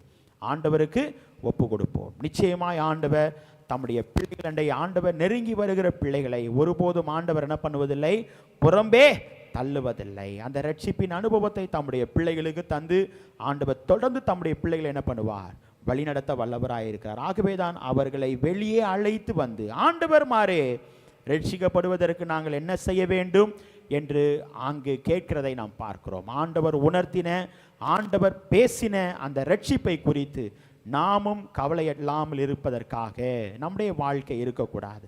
தண்டனைக்கு நாம் எப்படி தப்பித்துக் கொள்வோம் என்கிற கேள்வி நம்முடைய வாழ்விலே ஆண்டவர் உரைக்கிற சத்தத்தை கேட்கும்படியாய் ஆண்டவர் ரட்சிப்பை குறித்து நமக்கு உணர்த்தினார். இன்னைக்கு நம்முடைய வாழ்வை ஆண்டவரண்டை கிட்டி சேர்வதற்கு ரட்சிப்பு மிக மிக அவசியமாய் இருக்கிறது. அவரண்டை கிட்டி சேர ரட்சிப்பின் பாதையிலே இன்னும் அதிகமாய் பலப்பட ஆண்டவர் நம் அனைவருக்கும் ரட்சிப்பின் பாதையை ஊட்டி நம்மை தொடர்ந்து நம்மை வழிநடத்தி ஆசீர்வதிப்பாராக. ஆமென். திருச்சபைக்கு அறிவிக்க வேண்டிய அறிவிப்புகள். ஆராதனை முடிந்த பின்பு பெண்கள் ஐக்கியம் மற்றும் ஓய்வு நாள் பாடசாலை நடைபெறும். பாடகர் குழு சனிக்கிழமை 8 மணிக்கு நடைபெறும், இரவு 8 மணிக்கு நடைபெறும். ஆகவே பிள்ளைகள் மனதிலே கொள்ளுங்கள். இன்றைக்கு காட்டேஜ் பிரேயர் யாராவது இல்லத்தில் இன்று மாலை, சரி, இன்று மாலை ஆராதனை வழக்கமான நேரத்தில் 7 மணி முதல் 8 மணி வரை நடைபெறும். ஆகவே பிள்ளைகள் மாலை ஆராதனையிலே தவறாமல் கலந்து கொள்ளும்படி உங்களை அன்பாய் கேட்டுக்கொள்கிறேன். வெள்ளிக்கிழமை உபவாச ஜெபம் காலை 10:30 மணிக்கு உபவாச ஜெபம் நடைபெறும். ஆகவே பிள்ளைகள் அதிலே கலந்து கொள்ளுங்கள். ஏலபாக்கிகள் வைத்திருக்கிற பிள்ளைகள் உங்களுடைய ஏலபாக்கிகளை கொடுத்து உதவும்படி உங்களை மிகவும் பட்சமாய் கேட்டுக்கொள்கிறேன். பிள்ளைகள் அநேகரும் கொடுத்து இருக்கிறீர்கள், உங்களுடைய ஒத்துழைப்புக்கு நன்றி. தொடர்ந்து வைத்திருக்கிற பிள்ளைகள் கொடுத்து உதவும்படி அன்பாய் கேட்டுக்கொள்கிறேன். வருகிற வாரம் 27ஆம் தேதி ஐக்கிய பாடல் மற்றும் சாட்சி ஆராதனையாக நடைபெறும். ஆகவே பிள்ளைகள் அனைவரும் நீங்கள் அதற்கு உங்களுடைய ஒத்துழைப்பை நல்கும்படி உங்களை மிகவும் பட்சமாய் கேட்டுக்கொள்கிறேன். குறிப்பாக வழக்கமான அறிவிப்புகள். செவ்வாய்க்கிழமை குறிப்பாக சங்கிலி ஜெபம் இரவு 9:30 மணி முதல் 9:45 வரை நீங்கள் அந்த சங்கிலி ஜெபத்திலே நம்முடைய திருச்சபைக்கென்று கொடுக்கப்பட்டிருக்கிற அந்த நேரத்திலே நீங்கள் இணைந்திருக்கும்படி உங்களை அன்பாய் கேட்டுக்கொள்கிறேன். குறிப்பாக புதன்கிழமை ஆண்கள் ஐக்கியம் வழக்கமான நேரத்திலே 7 மணி முதல் 8 மணி வரை நடைபெறும். ஆகவே பிள்ளைகள் நீங்கள் அதிலே கலந்து கொள்ளுங்கள். குறிப்பாக கடந்த வாரத்திலே கலந்து கொண்ட பிள்ளைகளுக்கு நன்றி, 2 பேர்கள் கலந்து கொண்டீர்கள். ஆகவே இன்னும் மற்ற பிள்ளைகள் நீங்கள் அதிலே கலந்து கொள்ளும்படி அன்பாய் கேட்டுக்கொள்கிறேன். குறிப்பாக திருச்சபையின் தேவைகள் உண்டு. ஆகவே ஸ்பீக்கர் நாம் வாங்க இருக்க வேண்டும். ஆகவே தேவைகள் உண்டு. மேலே அப்ஸ்டேரில் உள்ள பணிகளை எல்லாம் நாம் மேற்கொள்ள வேண்டும். ஆகவே பிள்ளைகள் அதற்கு நீங்கள் ஜெபித்து உங்களுடைய ஒத்துழைப்பை நல்கும்படி உங்களை மிகவும் பட்சமாய் கேட்டுக்கொள்கிறேன். குறிப்பாக கடந்த வாரத்திலே நம்முடைய தந்தை பேராயருடைய பிறந்த நாளை முன்னிட்டு மாரத்தான் போட்டியிலே நம்முடைய திருச்சபையின் பிள்ளைகள் 2 கலந்து கொண்டார்கள். குறிப்பாக அந்த பிள்ளைகளுக்கு நன்றியினை தெரிவித்துக் கொள்கிறேன். அவர்களுக்கான சர்டிஃபிகேட் வருகிற ஞாயிற்றுக்கிழமையை தவிர்த்து அடுத்த வாரம் 1வது ஞாயிற்றுக்கிழமை ஆராதனையிலே பிள்ளைகளுக்கு பங்கு பெற்றதற்கான சர்டிஃபிகேட் உங்களுக்கு கொடுக்கப்படும், முதல் ஞாயிற்றுக்கிழமை. ஆகவே பிள்ளைகள் நீங்கள் அந்த நாளிலே கலந்து கொண்டு பெற்றுக்கொள்ளும்படி உங்களை மிகவும் பட்சமாய் கேட்டுக்கொள்கிறேன். குறிப்பாக வாலிபத்துறை மூலமாக தேர்வு வழக்கமாய் ஆகஸ்ட் மாதம் நடைபெற இருக்கிறது. குறிப்பாக அதற்கான தகவல்கள் வரும் நாட்களிலே நீங்கள் பெற்றுக்கொள்வீர்கள். அதற்கு இப்பொழுதே ஆயத்தப்படுங்கள். சங்கீதம் 71ஆம் சங்கீதம் முதல் 90ஆம் சங்கீதம் வரை, அப்போஸ்தல நடபடிகள் 1 முதல் 9 வரை, இது டீனேஜுக்கான வேத பகுதி. 20 வயதிற்கு மேல் உள்ள பிள்ளைகளுக்கு ரூத், ஆமோஸ், ஒபதியா, யோனா, 1 கொரிந்தியர் ஆகிய பகுதிகளை நீங்கள் படித்து கொள்ளும்படி உங்களை அன்பாய் கேட்டுக்கொள்கிறேன். ஏற்கனவே நம்முடைய திருச்சபையின் வாட்ஸ்அப் குழுவில் நான் அனுப்பியிருக்கிறேன். எதிர்பாருங்கள் என்ற ஒரு தலைப்பின் கீழாக கடந்த வருடம் நீங்கள் எழுதின அந்த தேர்வின் பின்னாடி உங்கள் புத்தகத்தில் இருக்கிறது. அதை தான் நான் உங்களுக்கு சொல்லுகிறேன். ஆகவே பிள்ளைகள் நீங்கள் அதற்கு ஆயத்தப்படுங்கள். குறிப்பாக ஜெபித்து கொள்ளுங்கள். பண்டிகை காலத்திற்காக குறிப்பாக ஆண்டவர் சேர்ப்பின் பண்டிகைக்கான காரியங்களை முயற்சிகளை ஆண்டவர் வாய்க்க செய்து தொடர்ந்து நம்மை வழிநடத்தும்படியாக நீங்கள் ஜெபித்து கொள்ளுங்கள். கர்த்தர் நம் அனைவரையும் ஆசீர்வதிப்பாராக. ஆராதனை கிருதியாக நம் அனைவரும் எழுந்து நின்று பாடல் புத்தகத்திலே 368வது பாடலை நாம் பாடுவோம். அப்போது நம்மையும் நம்முடைய காணிக்கைகளையும் ஆண்டவருக்கு நாம் சமர்ப்பிப்போம். கர்த்தனே எம் துணையானீர், நித்தமும் என் நிழலானீர் என்ற பாடலை நம் அனைவரும் எழுந்து நின்று நாம் பாடுவோம். 368வது பாடல்.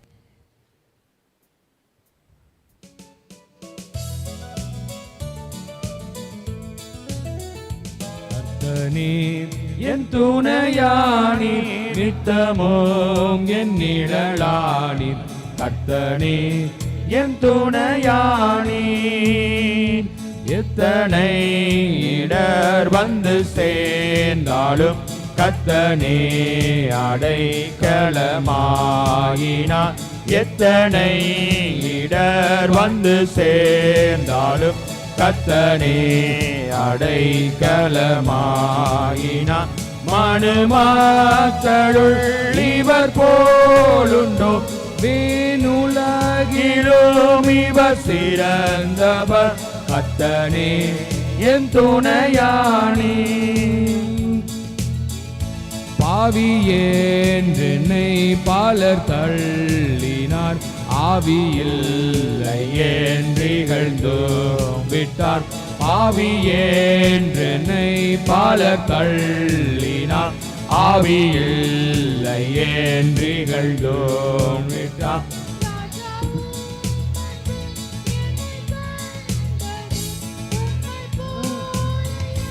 எங்கும் கண்டதில்லை கர்த்தனே என் துணையானீர். நித்தமும் என் நிழலானீர். கர்த்தனே என் துணையானீர். சுற்றத்தாரும் காலத்தில் குளிர்ந்திட்டார், நம்பினோரும் எதிராக வந்திட்டார். சுற்றத்தாரும் காலத்தில் குளிர்ந்திட்டார், நம்பினோரும் எதிராக வந்திட்டார். கொள்கை கூறியே பலர் பிரிந்திட்டார், ஐயா உம்மை போல் நான் எங்கும் கண்டதில்லை. கர்த்தனே என் துணையானீர், நித்தமும் என் நிழலானீர். கர்த்தனே என் துணையானீர். ஆயிரம் நாவுகள் நீ தந்தாலும் ராஜனே உம்மை பாடக்கூடுமோ. ஆயிரம் நாவுகள் நீ தந்தாலும் ராஜனே உம்மை பாடக்கூடுமோ. ஜீவனை உமக்களிக்கின்றேனே, உம்மை போலையா எங்கும் கண்டதில்லை.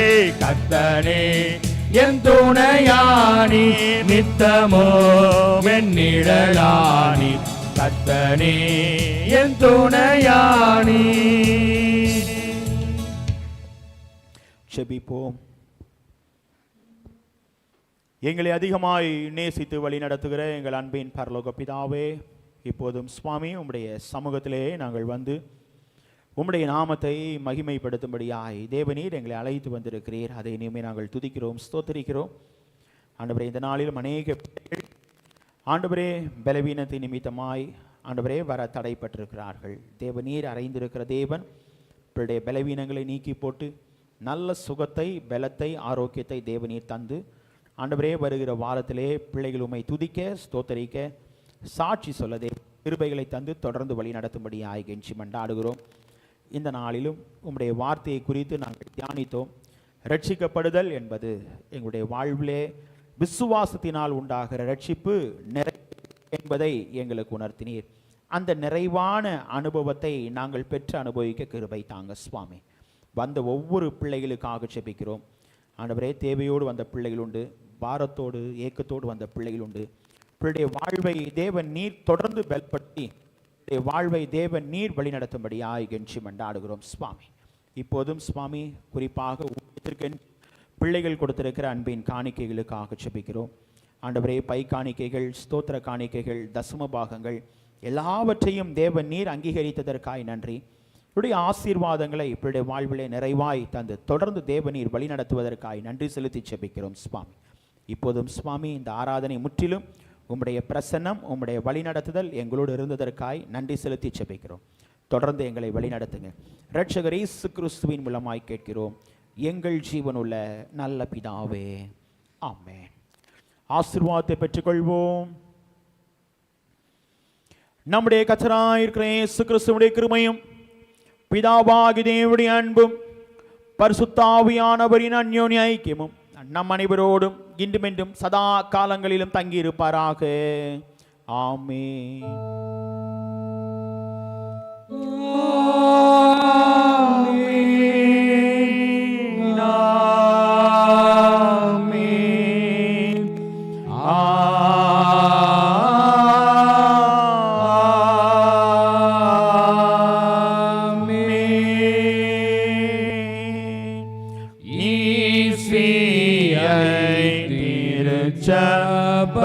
சபையாக நற்செய்தி நல்கிடவும்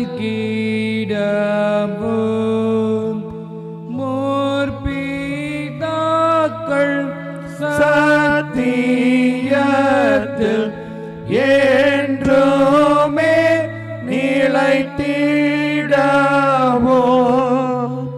தேவ ஆசீர்வாதத்தோடு ஆடியாரை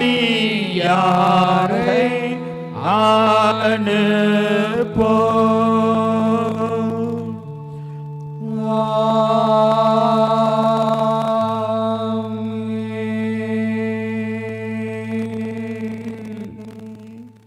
கர்த்தரை ஸ்துதிப்போம். என் ஆத்துமாவே கர்த்தரை ஸ்தோத்திரி, என் முழு உள்ளமே உடைய பரிசுத்த நாமத்தை ஸ்தோத்திரி. என் ஆத்துமாவே கர்த்தரை ஸ்தோத்திரி, கர்த்தர் செய்த சகல உபகாரங்களையும் மறவாதே. ஆமென். சமாதானத்தோடே போக்கடுவோம். கர்த்தர் உங்கள் அனைவரையும் ஆசீர்வதிப்பாராக. ஆமென்.